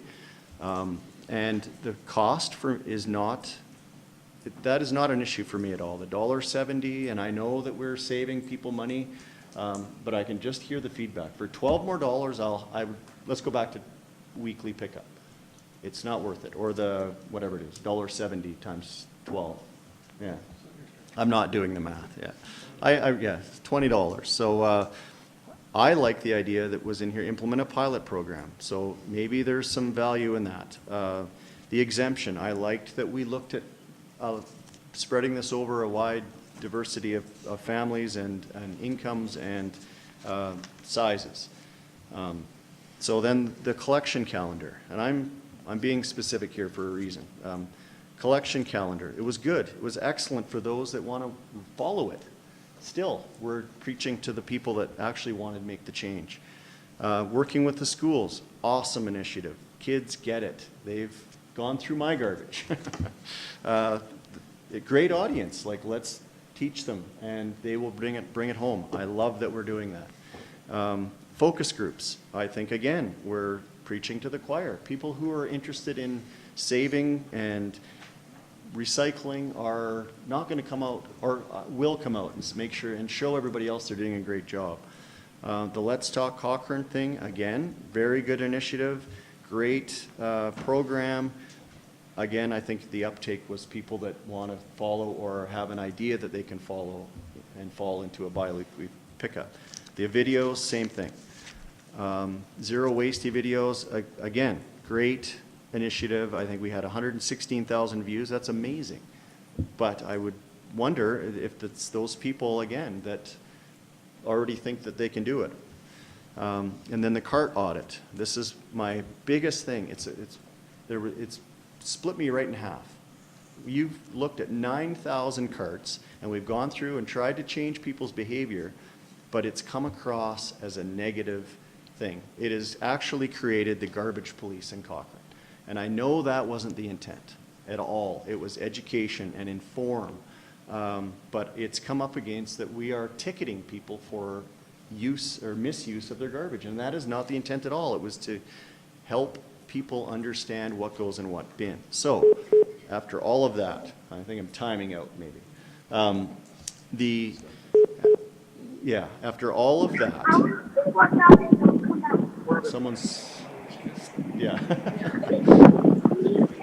after all of that, it still resonates with me that people are not getting the message, and the right people aren't getting the message. So in the next 2 years that we have, I think I would challenge us, and this is not just in waste, this is in a lot of areas. I think the way we are communicating with our residents needs to change.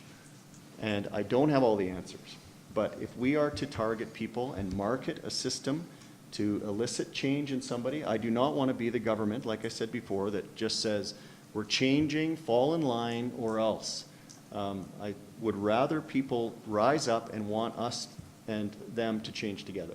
And I know that might be like the perfect, euphoria of space that never exists, but I think we could be better and move that direction. So for me, I'm going to vote against this, not because I don't think it's a good idea, not because I don't want to save residents money, but I think that we really need to look at how we're messaging.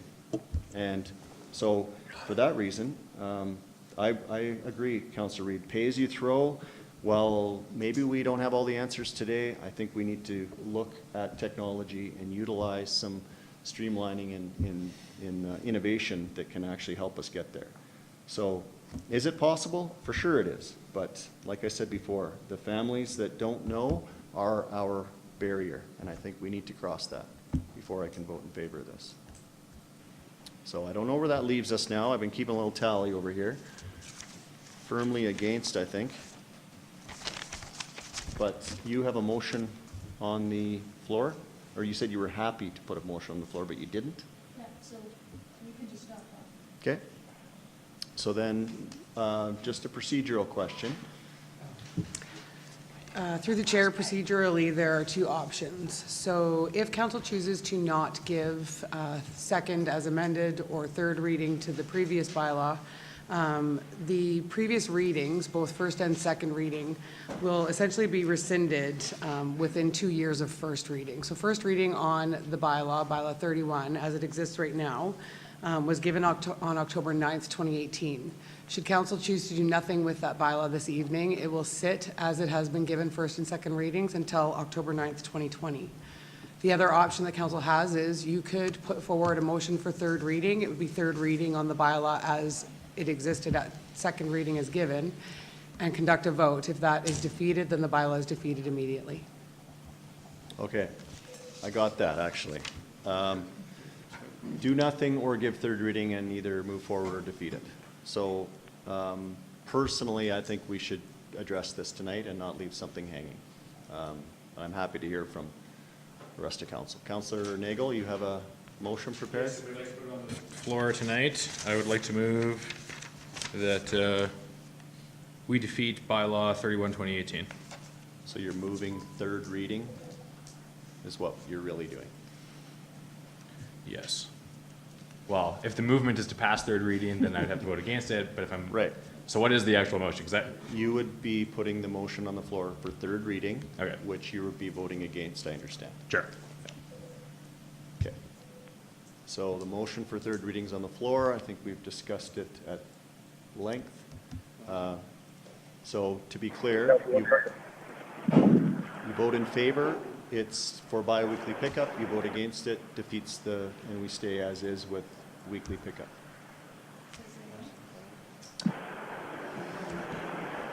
Include the amendments that were brought up today. Correct. What you doing?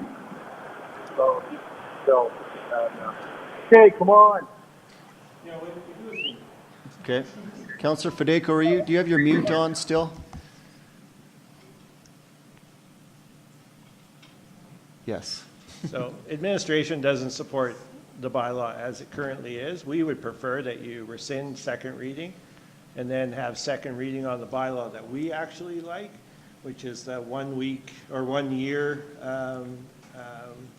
for the extra Exceptions. services. And then if you're going to, and then you could defeat the one that we're actually recommending, if you like, rather than if there is a risk, while remote, that you would provide third reading to the bylaw that we don't support, and then, and there was 4 people that voted for it, it would actually go through, and we wouldn't be in support of that bylaw. So I see. do as you wish, but. Councillor Nagel. As per administrative request, I will rescind my previous motion and move option 1. To rescind the, okay, all right. Yeah, and then you guys all agree to that, and then move on to the bylaw that we're recommending, and then you guys can do what you wish. Okay.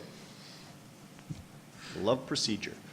All those in favor of rescinding the motion? Councillor Federico? I'm in favor of Mr. Devanna's motion to move forward. Just to be clear, it's Councillor Nagel's motion. And, okay, so. Sorry, it's loud out here. That's okay. So that's unanimous. It's carried, so it's rescinded. All right, I'll make a motion on the second reading for the bylaw as amended, and then vote. Councillor McFadden, do you wish to make that motion? Yes, I will move second reading to bylaw 31 in 2018 as amended for everyone to defeat. That is the worst debate ever, given the circumstances. Okay, any more debate on second reading of the amended motion to go to biweekly pickup? No? All those in favor? Yay. You're in favor of the motion to go to biweekly? No, sorry. Okay. Nay. Against? It's defeated. Okay. Thank you.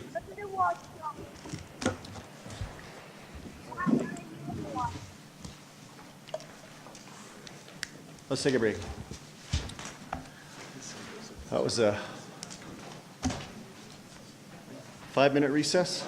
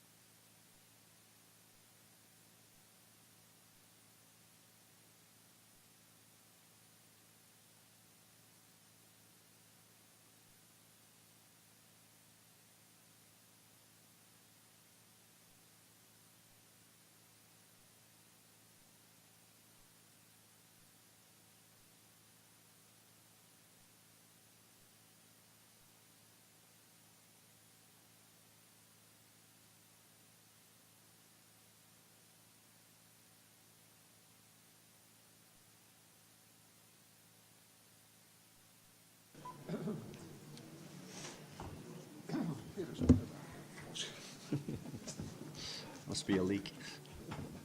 But we, I think it's really boring when we're not on, yeah. So we're, are we good to go?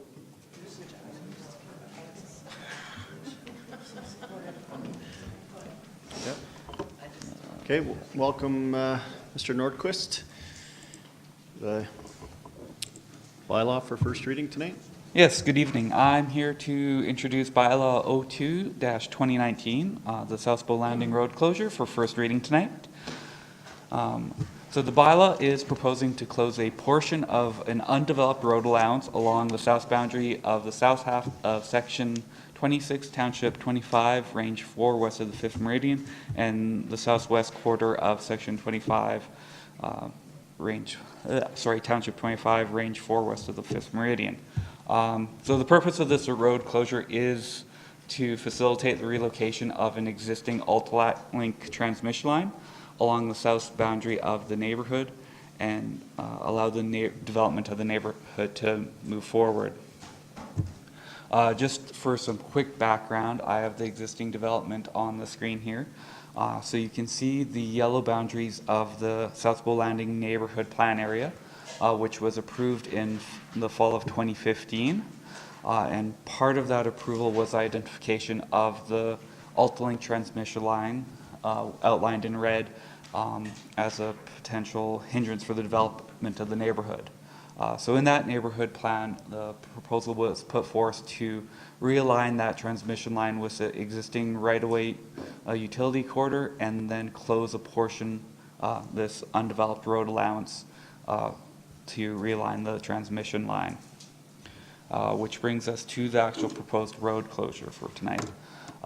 So the proposed transmission line would be relocated from its existing alignment to along a utility corridor to the closed portion or the proposed portion of the roadway to be closed to then continue its alignment. So again, this road closure would be just to facilitate the realignment. So tonight, administration is asking you to give first reading to this bylaw and then establish a non-statutory public hearing on Monday, March 11th, so we can advertise a bylaw and continue forward with this process. Okay. Thank you. Thank you for that. Council, I have a motion for first reading. Councillor McFadden? I will move first reading of Bylaw 02-2019. Okay, all those in favor? That is carried. I believe Councillor Federico has left the building. Okay. And then now we need a motion to set the public hearing. March 11th. Carry on. Yeah. Councillor McFadden? I will move that council establish a non-statutory public hearing on Monday, March 11th, 2019 at 6 p.m. All those in favor? It's carried. Thank you. Thank you very much.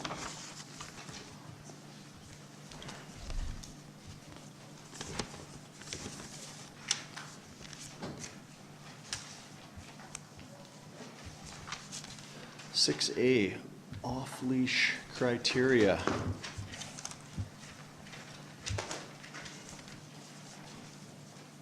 Mr. Luft, back at the podium. Welcome back. Thank you. Good evening, Mr. Mayor and members of council. On behalf of the Parks and Recreation Committee and the Parks and Open Spaces section, I want to thank you for the opportunity to be here tonight to present the updated criteria for off-leash spaces in existing neighborhoods. Criteria for establishing off-leash areas or dog parks is currently not in place. Administration is proposing criteria to provide clarity on future off-leash areas in established neighborhoods. In November of last year, administration presented council with proposed criteria for off-leash spaces in existing neighborhoods as approved and developed by the Parks and Recreation Committee on July 4th of 2018. At that time, council deferred a decision and directed the committee to provide further detail, including minimum setbacks and reflecting levels of support from nearby residents. To lay groundwork for potential off-leash areas in existing neighborhoods, the Parks and Recreation Committee met on February 6th of this year to review and amend the previous criteria. Coming out of this meeting, there was no minimum setback established. However, administration has included a minimum setback in the criteria as council requested. At this time, I would like to introduce Don and Kelly from the Parks and Recreation Committee to present the amended criteria for off-leash spaces in existing neighborhoods.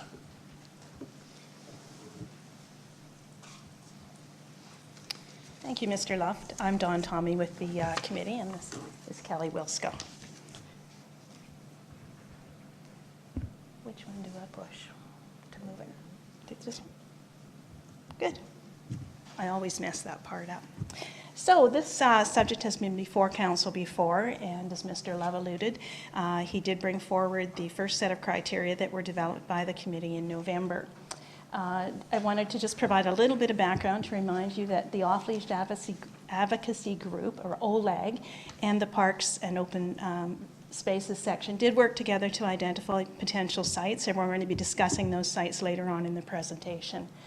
And also, just an additional point is that we did, as Mr. Luff said, consider the additional feedback and direction that you passed along to us.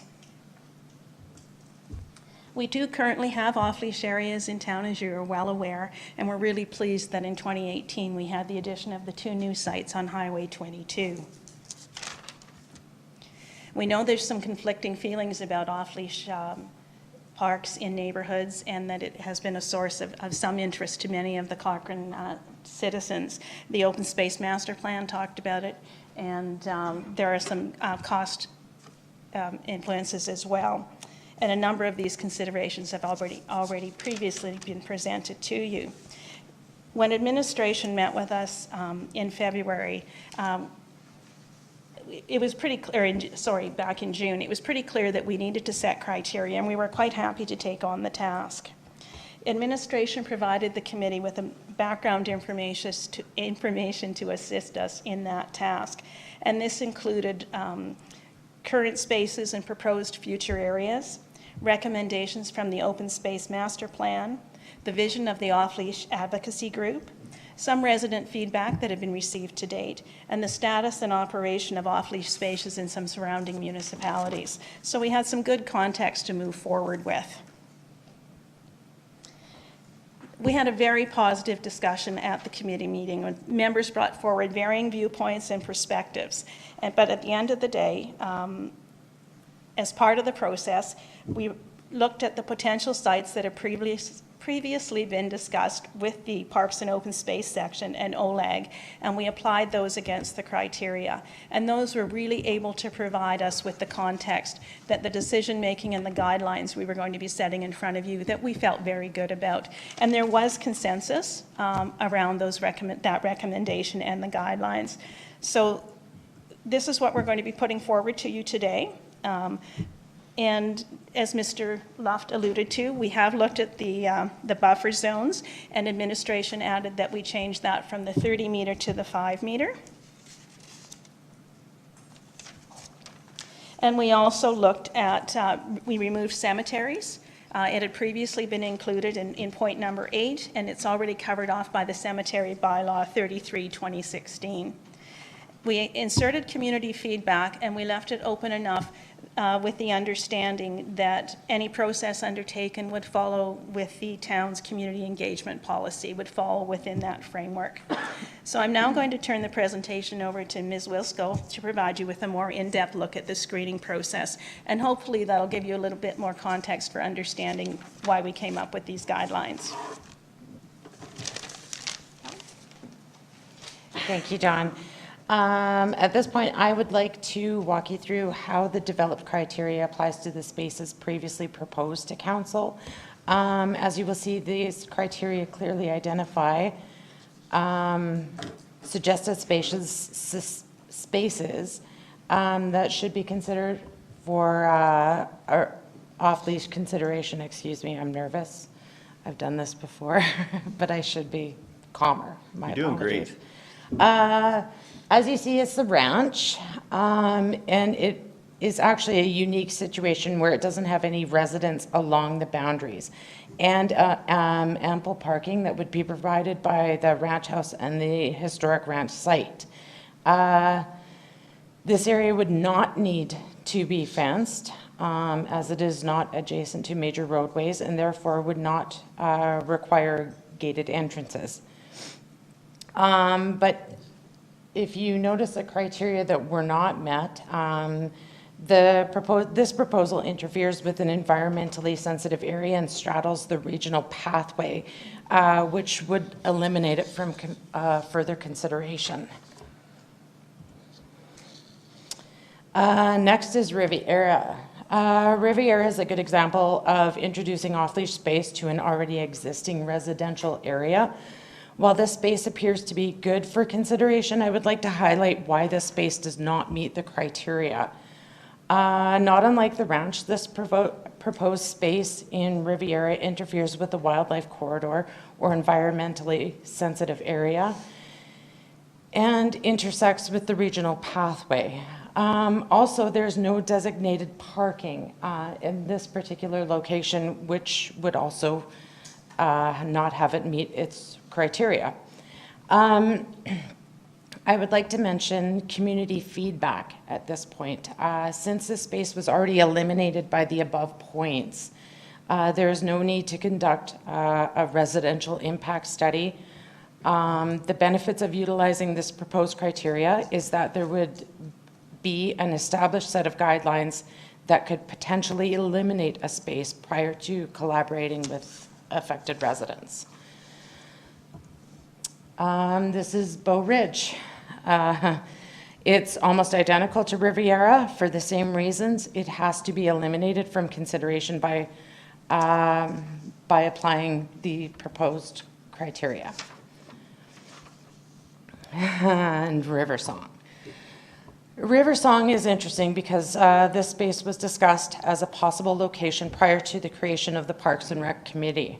The proposed space in River Song has clearly demonstrated why criteria is needed to be established and used as a guideline for consideration of future off-leash space. If the criteria had been in place for all to review and follow, it would have eliminated this space prior to obtaining community feedback and likely avoided some residential upset. Areas like River Song reaffirm the importance of the off-leash criteria within established residential space. I feel if this tool had been available for administration and council when this area had been brought forward for consideration, it would have been resolved quickly and with less excitement. And Sunset Ridge for the win. I have to be honest, I was really excited to see this place come up all green, considering I live up in Sunset Ridge, so it made me really happy. This space will be required to be fenced with double gated access. Also, there's potential to incorporate parking in the area, which is great. There's no parking along Sunset Drive. Am I correct? That's Sunset Drive? Right. Yeah, along that roadway. As you can see, Sunset hits all of the criteria. So our final step would be to gather community feedback on the space and an open discussion on how this would impact residents. And Brad, I'm gonna. Thanks, Kelly. One of the items that the committee reviewed was the buffer zones. And I want to emphasize the fact that this slide is based just for illustrative purposes only. It's a park located in Cochrane. The idea here was to show you the effects that different buffer areas might have. The yellow zone highlighted on the map is located 20 meters from, I don't know if you can see the red property line, but that would be a 20-meter buffer from the residential property lines in this particular area. The green zone would indicate a 10-meter buffer, and the purple zone would indicate a 5-meter buffer. In this particular area and many other areas, we feel that a 30-meter buffer is unattainable. In this case, a 30-meter buffer would eliminate this space entirely. We also felt that a 5-meter buffer allowed enough space. 5 meters would be approximately the distance from the podium to the councillors, front of the councillors' desks there. We felt that that would leave enough space for a buffer, as well as provide adequate area for maintenance and as we continue to maintain the park system. As we reviewed buffer zones with the committee, it was discovered that the criteria that's been set forth generally has passed or failed an area before we get to the buffer aspect of it. Administration did choose to put in a minimum, and I emphasize the word minimum, choose to put in a minimum 5-meter buffer should future areas bring that consideration forward. So, thank you. At this point, we will go back to Dawn.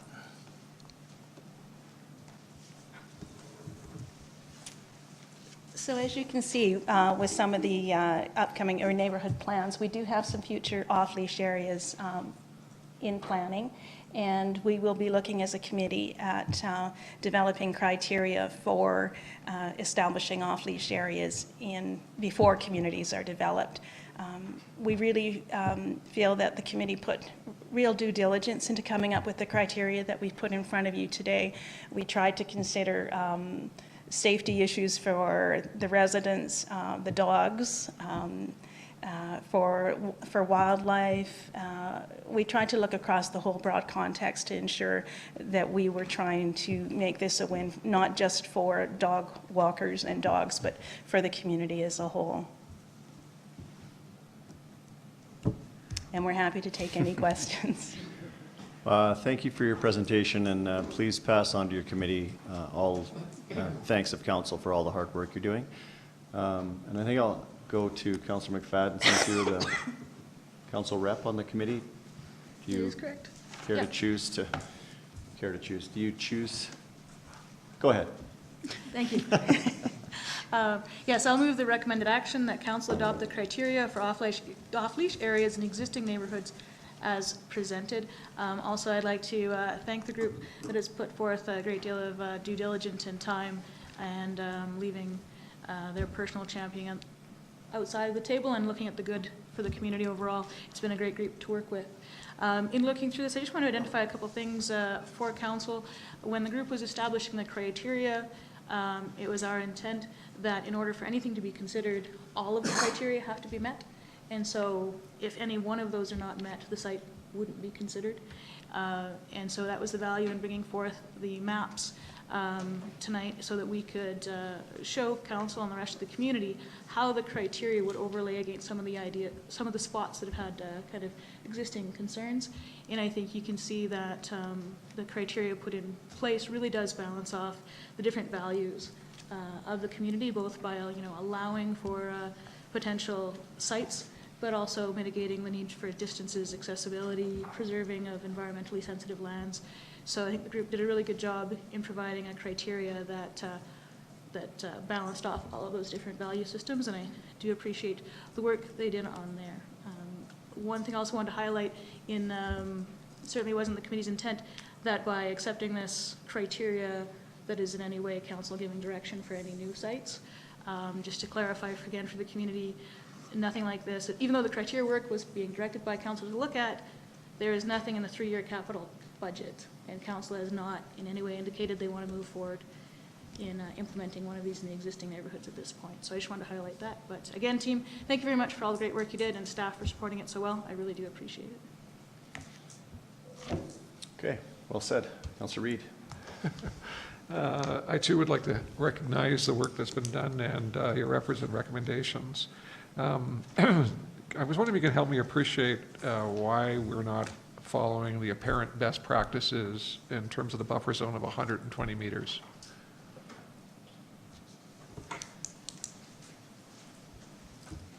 To Councillor Reid through the chair, 120 meters would be equivalent to about 500 feet, I believe, which would take any open space within an existing neighborhood off the table. That's about 360 feet, but isn't that a best practice? That's what I understood it to be. Am I wrong about that, or? Honestly, I can't speak to that. I don't know if that's a best practice or not. The information we looked at had buffer areas. We used Medicine Hat as a reference.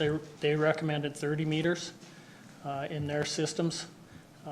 We looked at 30 meters and again decided that it was not doable with the existing spaces that we have. So if I could just add a supplementary question. So in terms of best practices, I'm assuming you've kind of looked at other Alberta communities that have addressed this question or are looking to address this question. And that's where I understood the best practices to come from. But I could be wrong. This is not my area of specialty, so. Okay. So just on that point, are you saying that the buffer was set given the open spaces that Cochrane has? I mean, if you take the 120 that Councillor Reid talks about, that would have wiped out every single open space in Cochrane.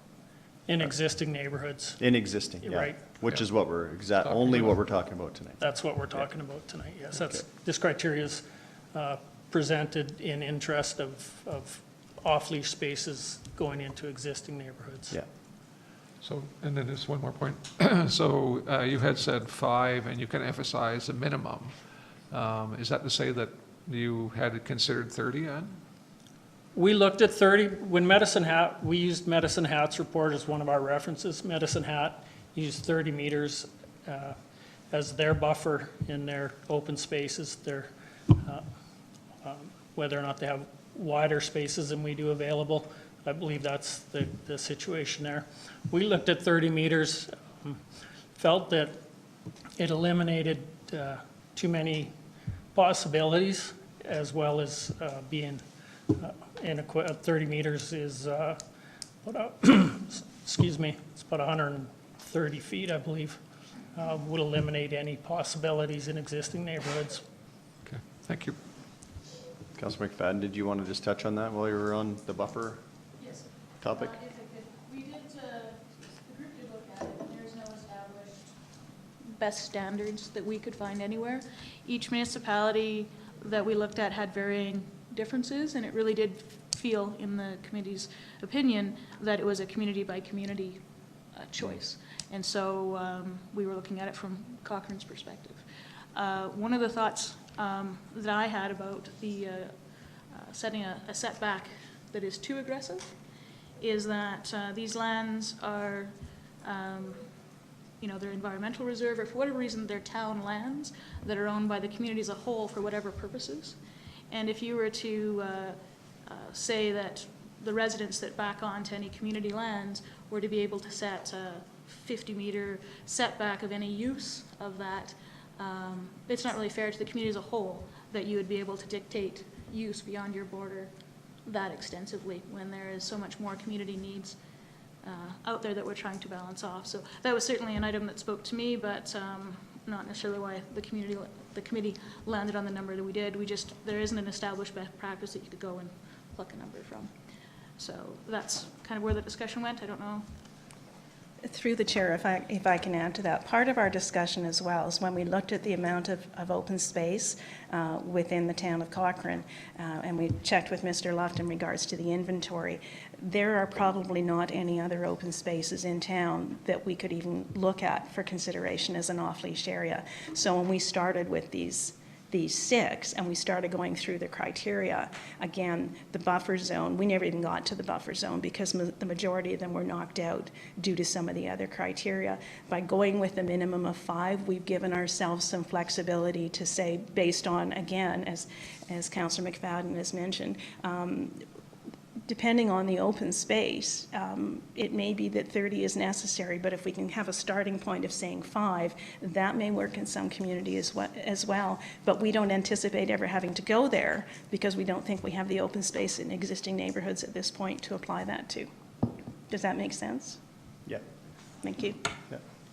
Great. Okay, thank you. Councillor Nagel, I think you were next. Not yet. There you go.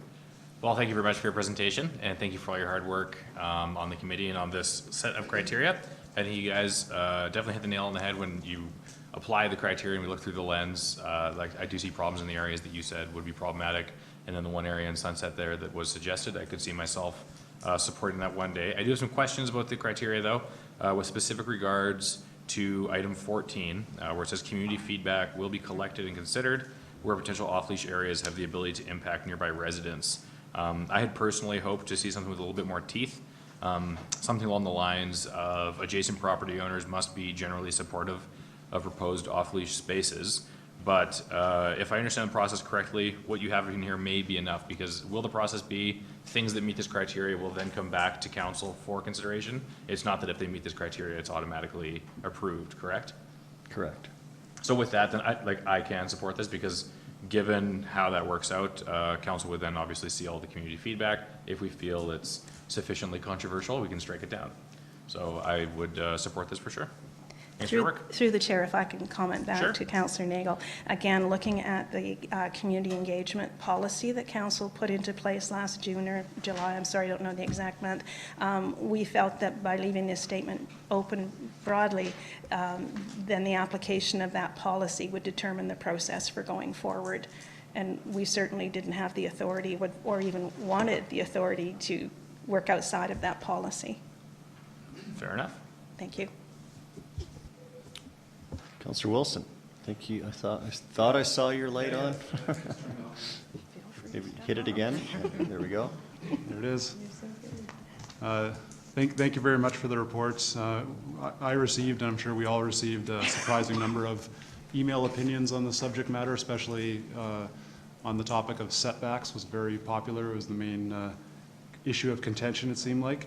And for me, all that really means is the community wants to make sure that any dog parks coming into existing residential neighborhoods would have full and due process for adjacent neighbors and people to the dog park to discuss and have aired their concerns about that dog park coming into their community.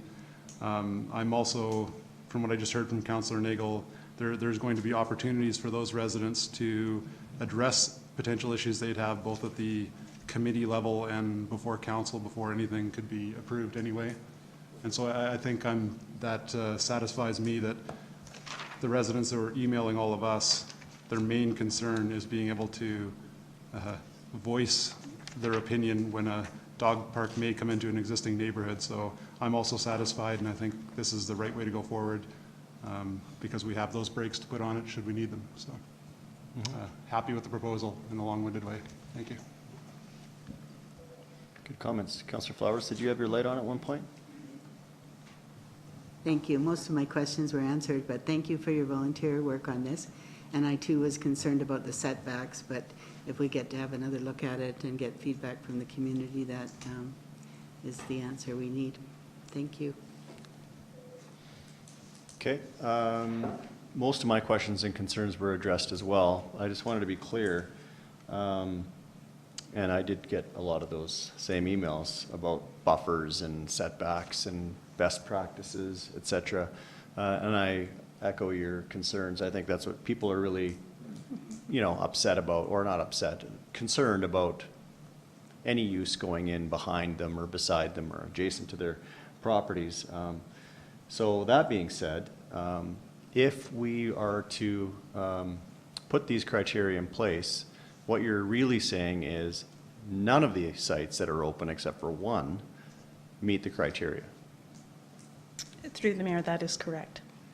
So I think all of the emails I received, most of them were not from the vicinity of the one that you've got on your list still.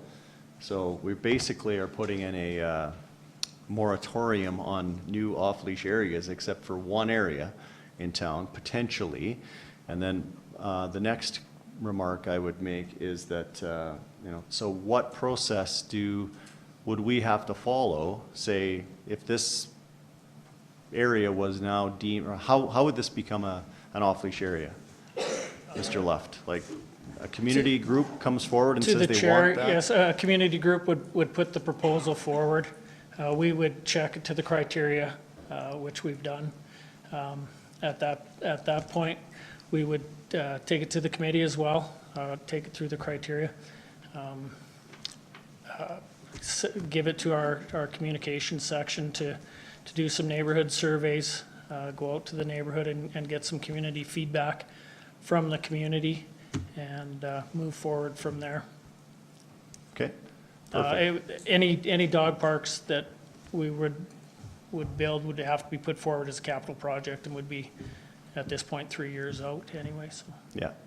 Okay, and Councillor McFadden made that clear too in her statements. And then the last comment I have is, these are for existing Cochrane only. In existing neighborhoods. Neighborhoods, yes. So in 10 years, we'll probably have some more neighborhoods that will be existing in Cochrane.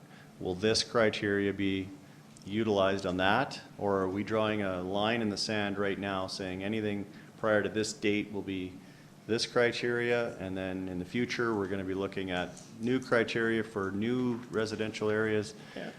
To the chair, we haven't put an exact line in the sand or an exact date as to what our established communities are. We have agreed to look at new neighborhoods, establishing criteria for developing neighborhoods in,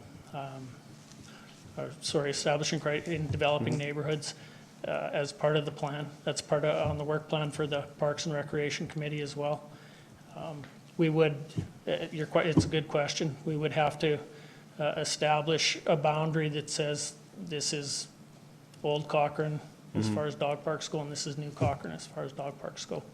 I kind of think that one of your criteria would maybe eliminate most of the new residents anyways. We would, to the chair, we would have separate criteria, and it's something we're looking at, separate criteria for developing neighborhoods, and the criteria would be different based on the fact that residents moving into that area would know what they're moving into if they knew they were moving onto a dog park.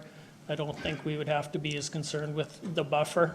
Right. I don't think we'd have to be as concerned with the community feedback. People knowing that they're moving on. There are people that want to live on a dog park.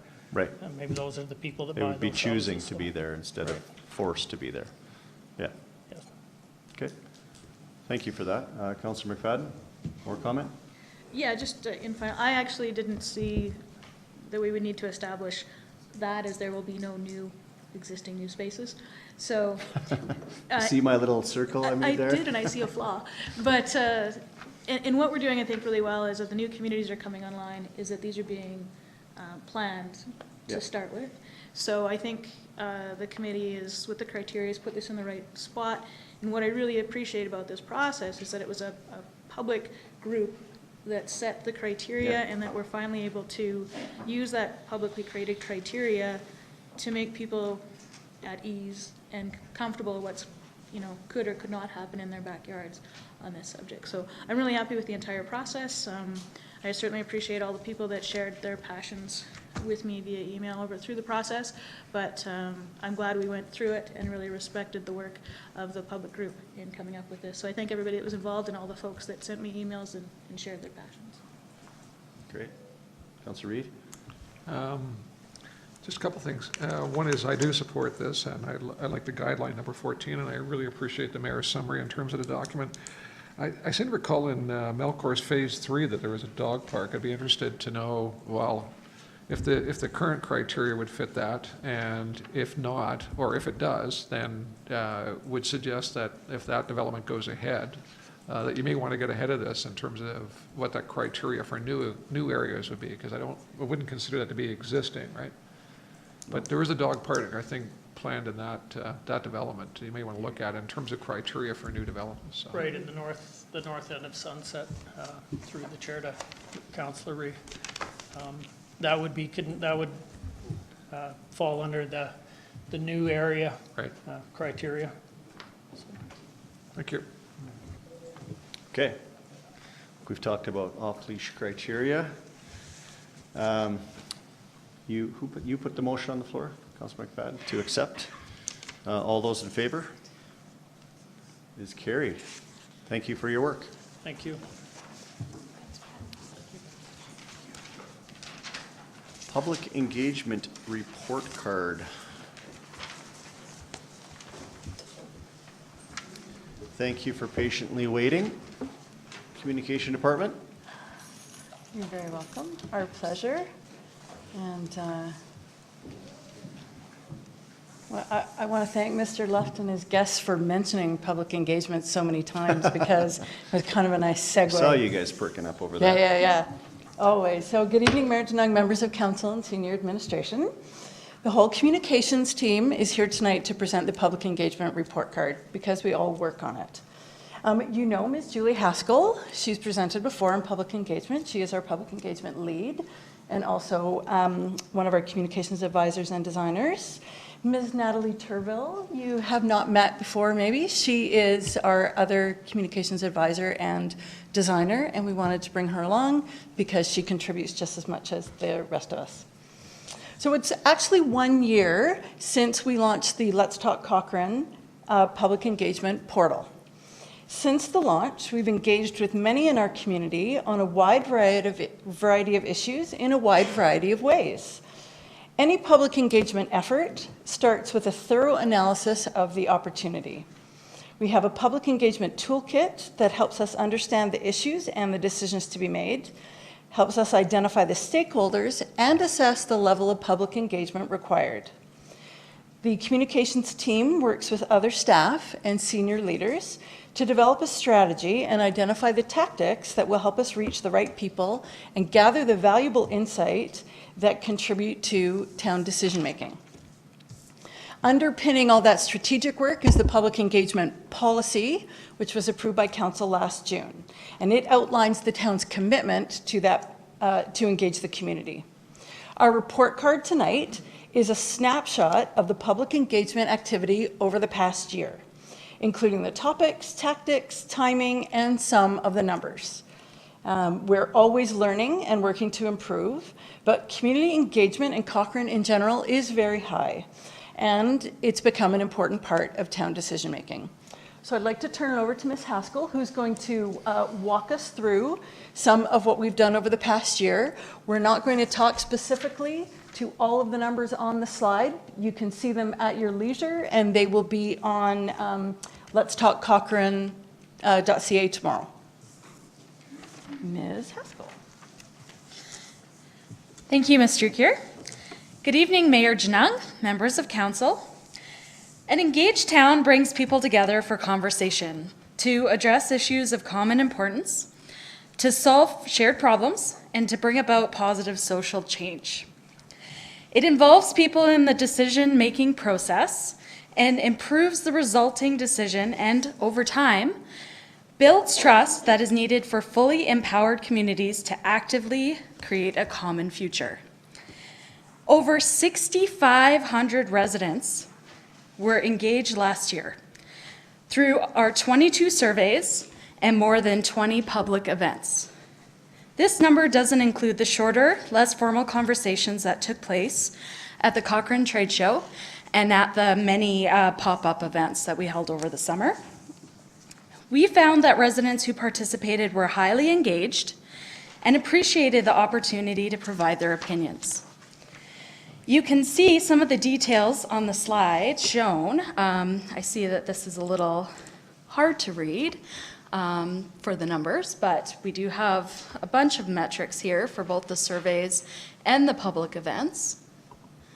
And as Lori stated, you will see that online as well tomorrow. This evaluation of our activities over the past year has allowed our team to review our work as well, and we're very proud of all that was accomplished. Here are some of the notable successes. The Let's Talk web portal and brand in general is very eye-catching and visually recognizable. The Let's Talk web portal serves as a single source of information for residents to see the status of both current and past projects, which included What We Heard reports. This online platform enables residents to participate in town consultations from the comfort of their own homes. We found that having multiple topics at events was a good use of residents' time and staff resources. Utilizing multiple communication streams like social media to get the word out about surveys and events meant they got higher exposure. Our planning process always considers accessibility and inclusion. We participated at a combination of our own events and established events to reach a broader audience. And our planning also included outside-the-box thinking.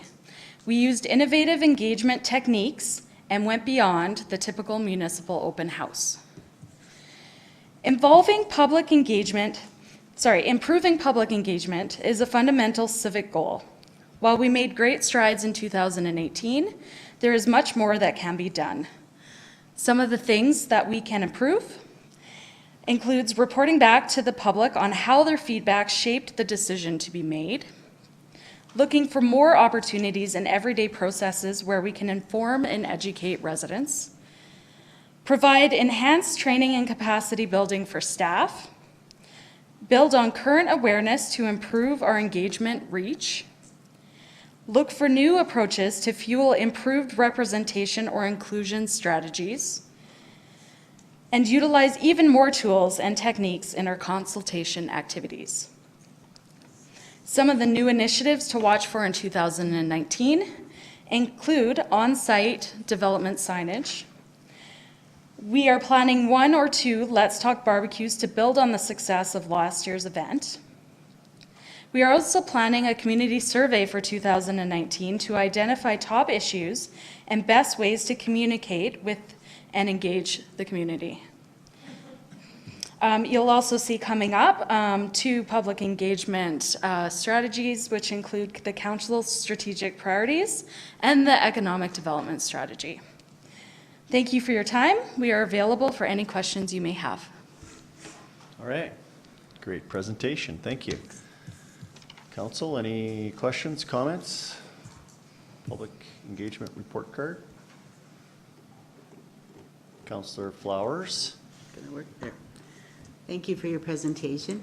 You certainly did up the game last year with the Let's Talk Cochrane and all the public engagement. It was great to see all the people that came out for the barbecue and new ways of communicating, so thank you for that. Thank you. Yeah, I don't see anybody else having any questions, so I'll just weigh in. I would like to echo what Councillor Flowers has said. You guys should be proud of the work that you've done over the past year.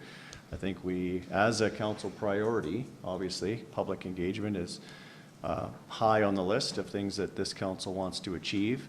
I think we're moving in that direction, and we're doing a lot more work than what was done in the past. I mean, I wasn't here 2 years ago to see exactly what was here, but it's something that we've heard from the public that they want to be engaged more often. So I think you're checking that box for sure.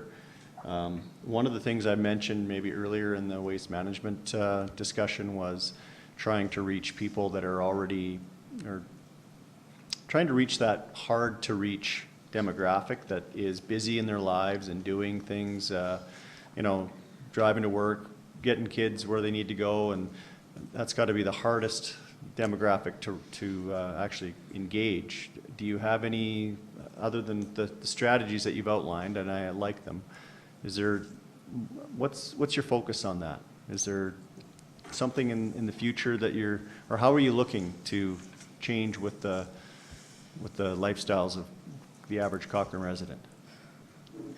Tough question, I know, but. Thanks, Mr. Janung. Sorry, Mayor Janung. That's a really good question and a very good point. And one of our goals from the communications perspective, and definitely from the public engagement perspective, is continuous improvement.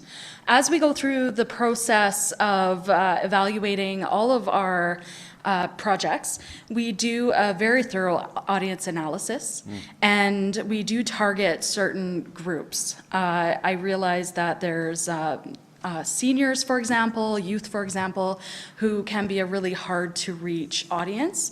And we do make special considerations to reach audiences such as that, but you're talking about more of a passive audience.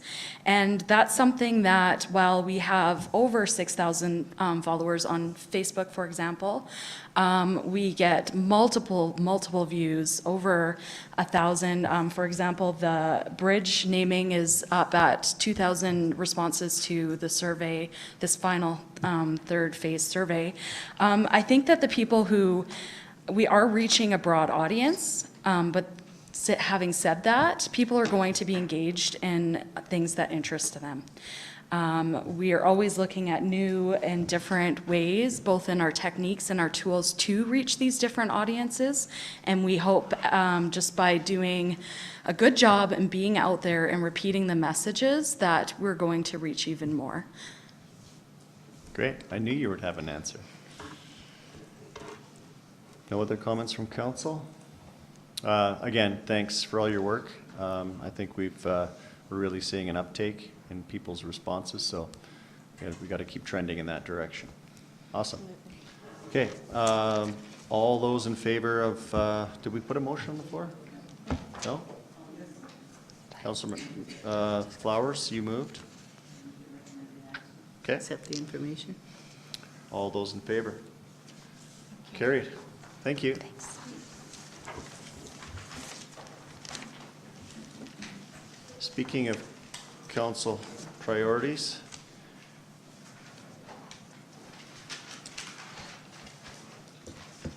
that was a great segue into council strategic priorities.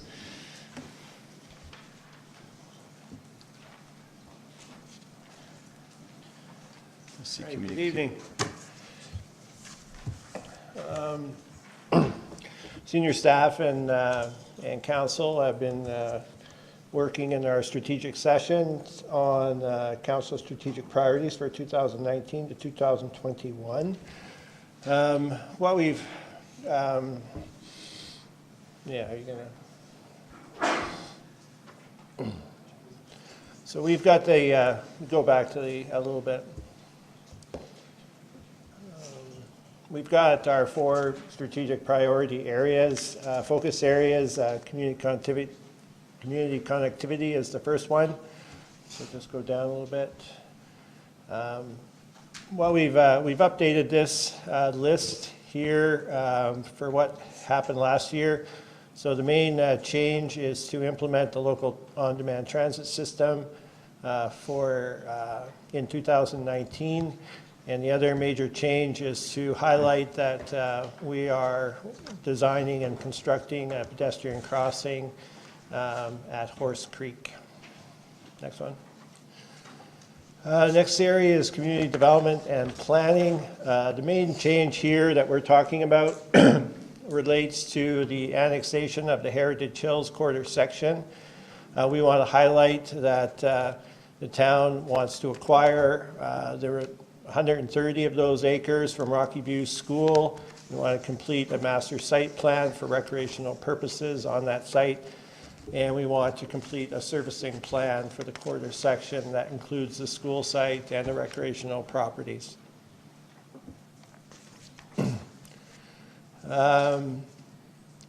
Community engagement.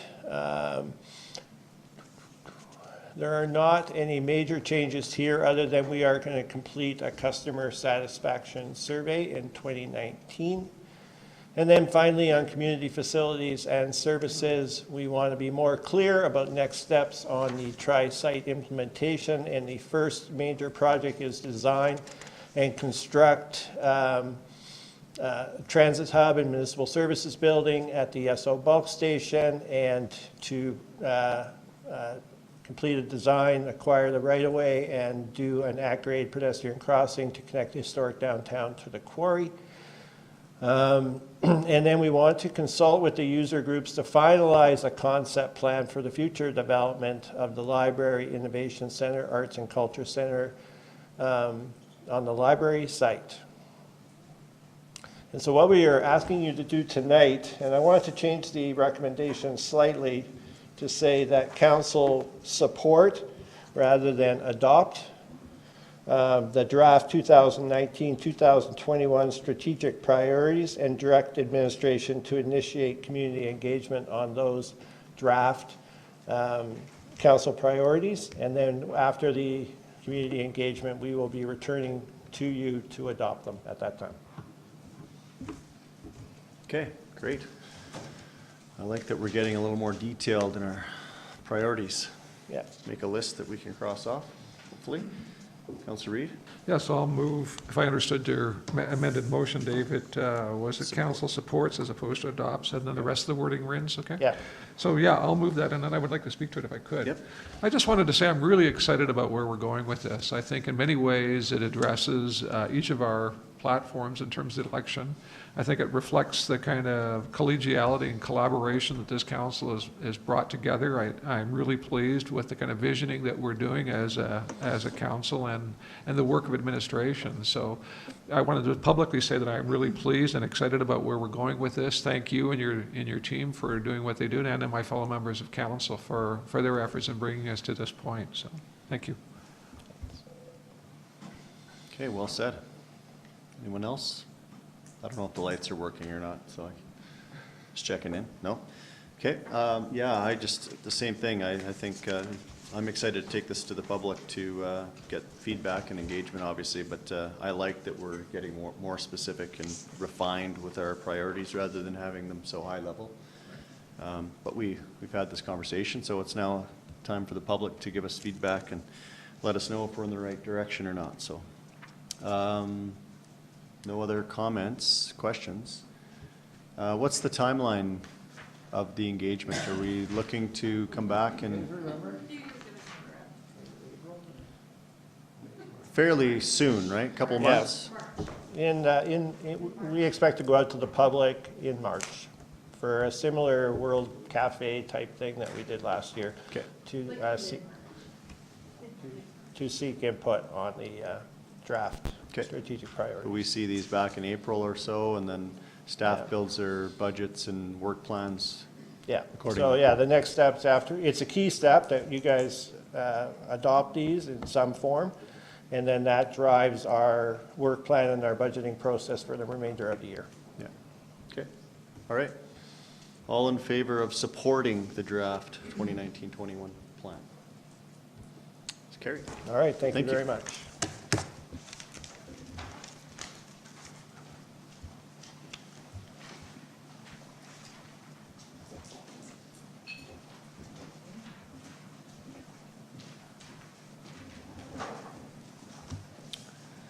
Ms. Knight, you're here for committee appointments. I am. Good evening, Mr. Mayor, members of council. The report in front of you this evening is further to our fall recruiting. During our fall recruiting last year, we fell short in applicants for a couple of our committees, and we were looking to address that at the early part of this year. There are an additional couple of committees that we wanted to bring. However, they weren't quite ready with their recommendations, and so you'll be seeing another report potentially end of March to finalize those committees and get all of your council committees up to full steam.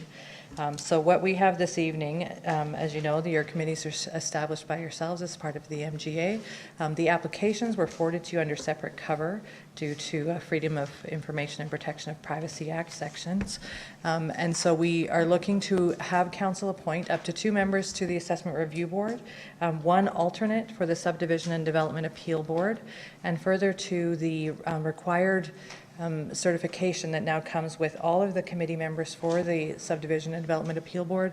We are looking to appoint Councillor Reid, who has finalized his training for that board in replacement of Councillor Nagel, who is not certified at this time. All of the applications were there for you, like as I said, had been submitted to you. So we are recommending, administration recommends that council consider going in camera to review those applications and the selection panel recommendations before making your decision. Okay. I think we should follow our protocol. Who wants to make a motion to go in camera? Councillor Wilson, I see you reaching for that. I'll also move recommended action that we go in camera to make our selections. All in favor? Okay. We'll move in camera. I don't think it'll take very long.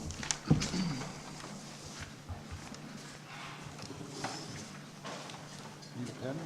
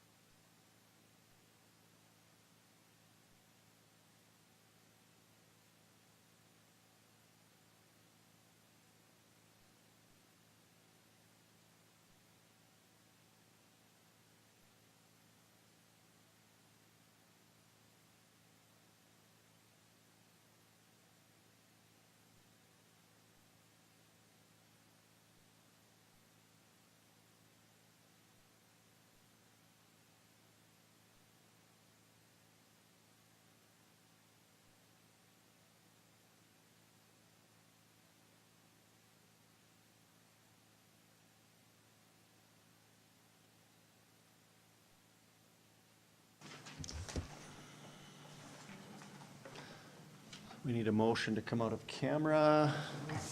Councillor Reid, all in favor? Carried. Now we're carrying out the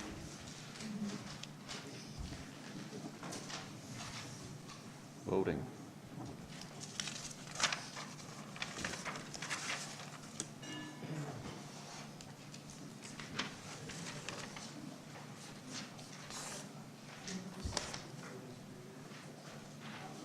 Thank you.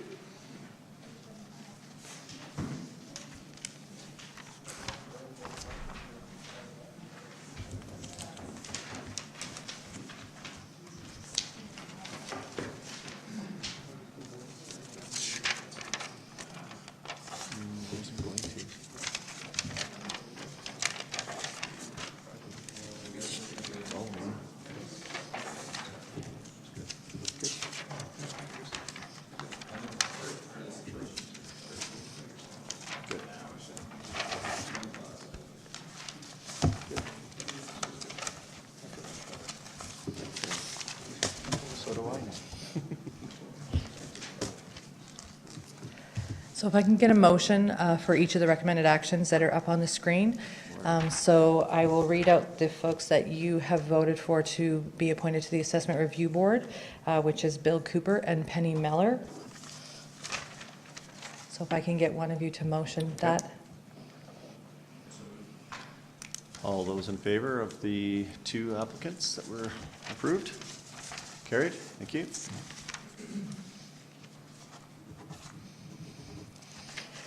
And then for the appointment of the one alternate for the Subdivision and Development Appeal Board, Council has selected Robin Usher.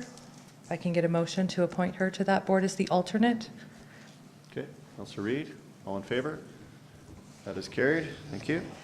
And one more motion to appoint Councillor Reid to the Subdivision Development Appeal Board for the term to be as of today till the October organizational meeting of Council, where another appointment will be made. Councillor Flowers? Reid is on. Okay, thank you for taking that, Councillor Reid, and thank you to Councillor Wilson and Reid for taking that day-long process to become certified. So, all in favor? Carried. Thank you. Thank you.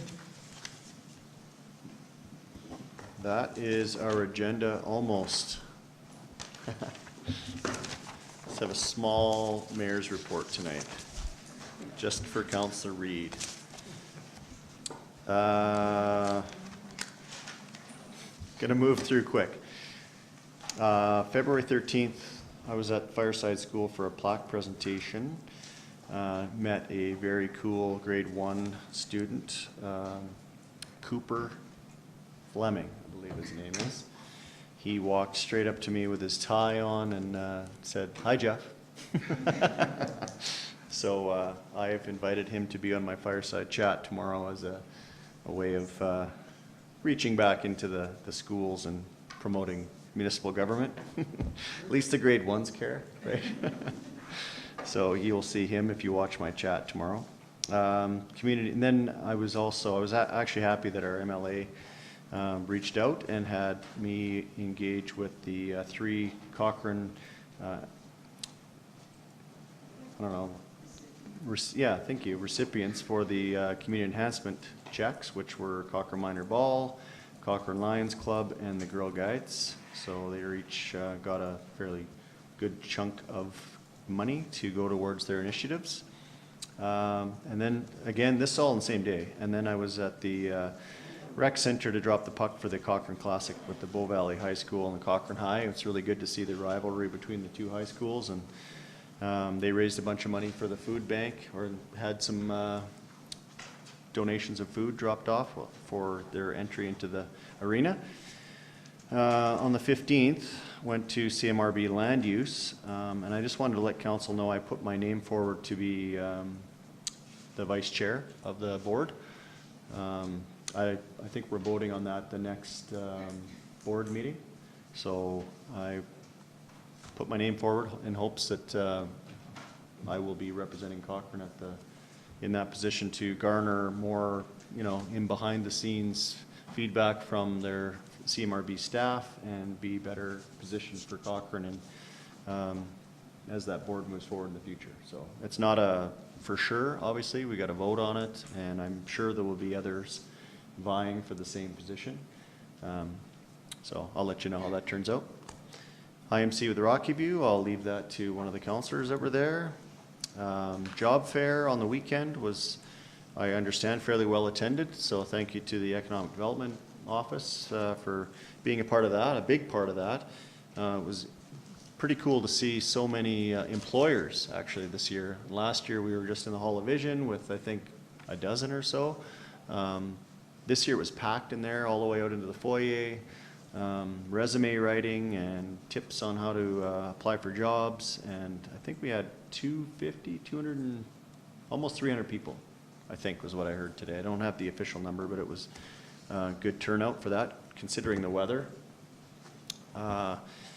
Again, the same day, went to the Cochrane Generals game. They're in the second round of the playoffs, and they won 3-2 in overtime. I got to drop the puck there, which was exciting. Lots of people turned out, but I understand now they're up 3-0 as they won again last night. I'm looking at Ms. Lowe. Her son plays for the Generals. My inside scoop on all things Generals. And I think they play tomorrow night again.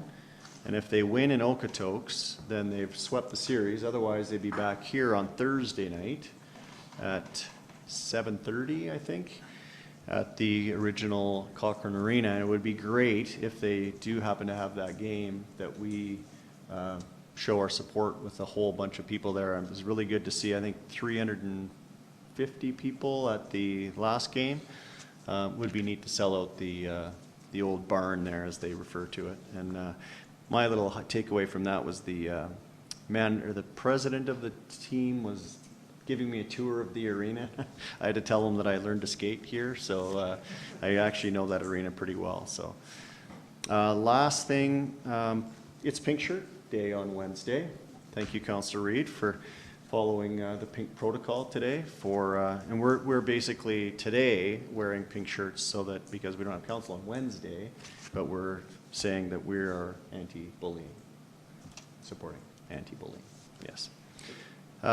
In the future, coming up, yeah, I talked about Cooper Fleming. Tomorrow I'm at Camp Jubilee. The Girl Guides there's a big presentation going on down there, so I'm excited to go to that.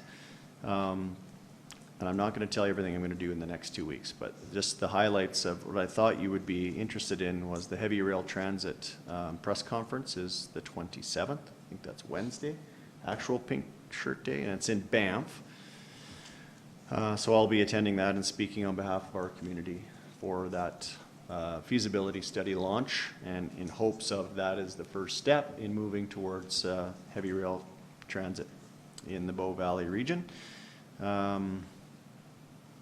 Yeah, so that's, well, and I'm looking forward to the visioning session on the weekend, getting underway and talking about long-term big plans, and I understand your column coming out is in that regard as well, so it's good talking about that in the public. So that's what I've been up to.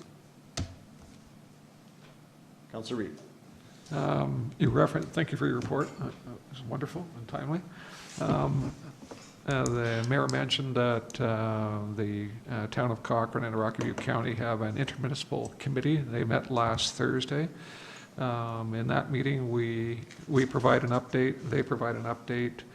The mayor spoke about our visioning, transit, and sunset in terms of the Melcor development. Rockview spoke about their municipal engagement plan and looking forward to cooperating with the town in terms of land use and the number of area structure plans that are going on. We spoke about the motion that was put forward tonight about the Southbow Annex or River Heights area structure plan, and I look forward to their support and hopefully cooperation in terms of being able to move forward with that. There was some discussion around the Cochrane and District Agricultural Society's Land Committee, the terms of reference, and I think we'll hear more about that in the coming weeks.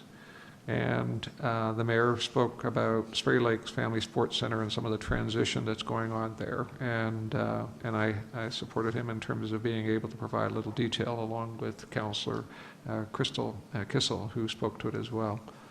And I think we've set a date for our next meeting and a meeting of the two councils. So they will get back to us in terms of when that dinner meeting would occur. So that's my report, unless I missed anything. Okay. Okay, thanks. No other council reports? No? Okay. Thank you, Councillor Reid.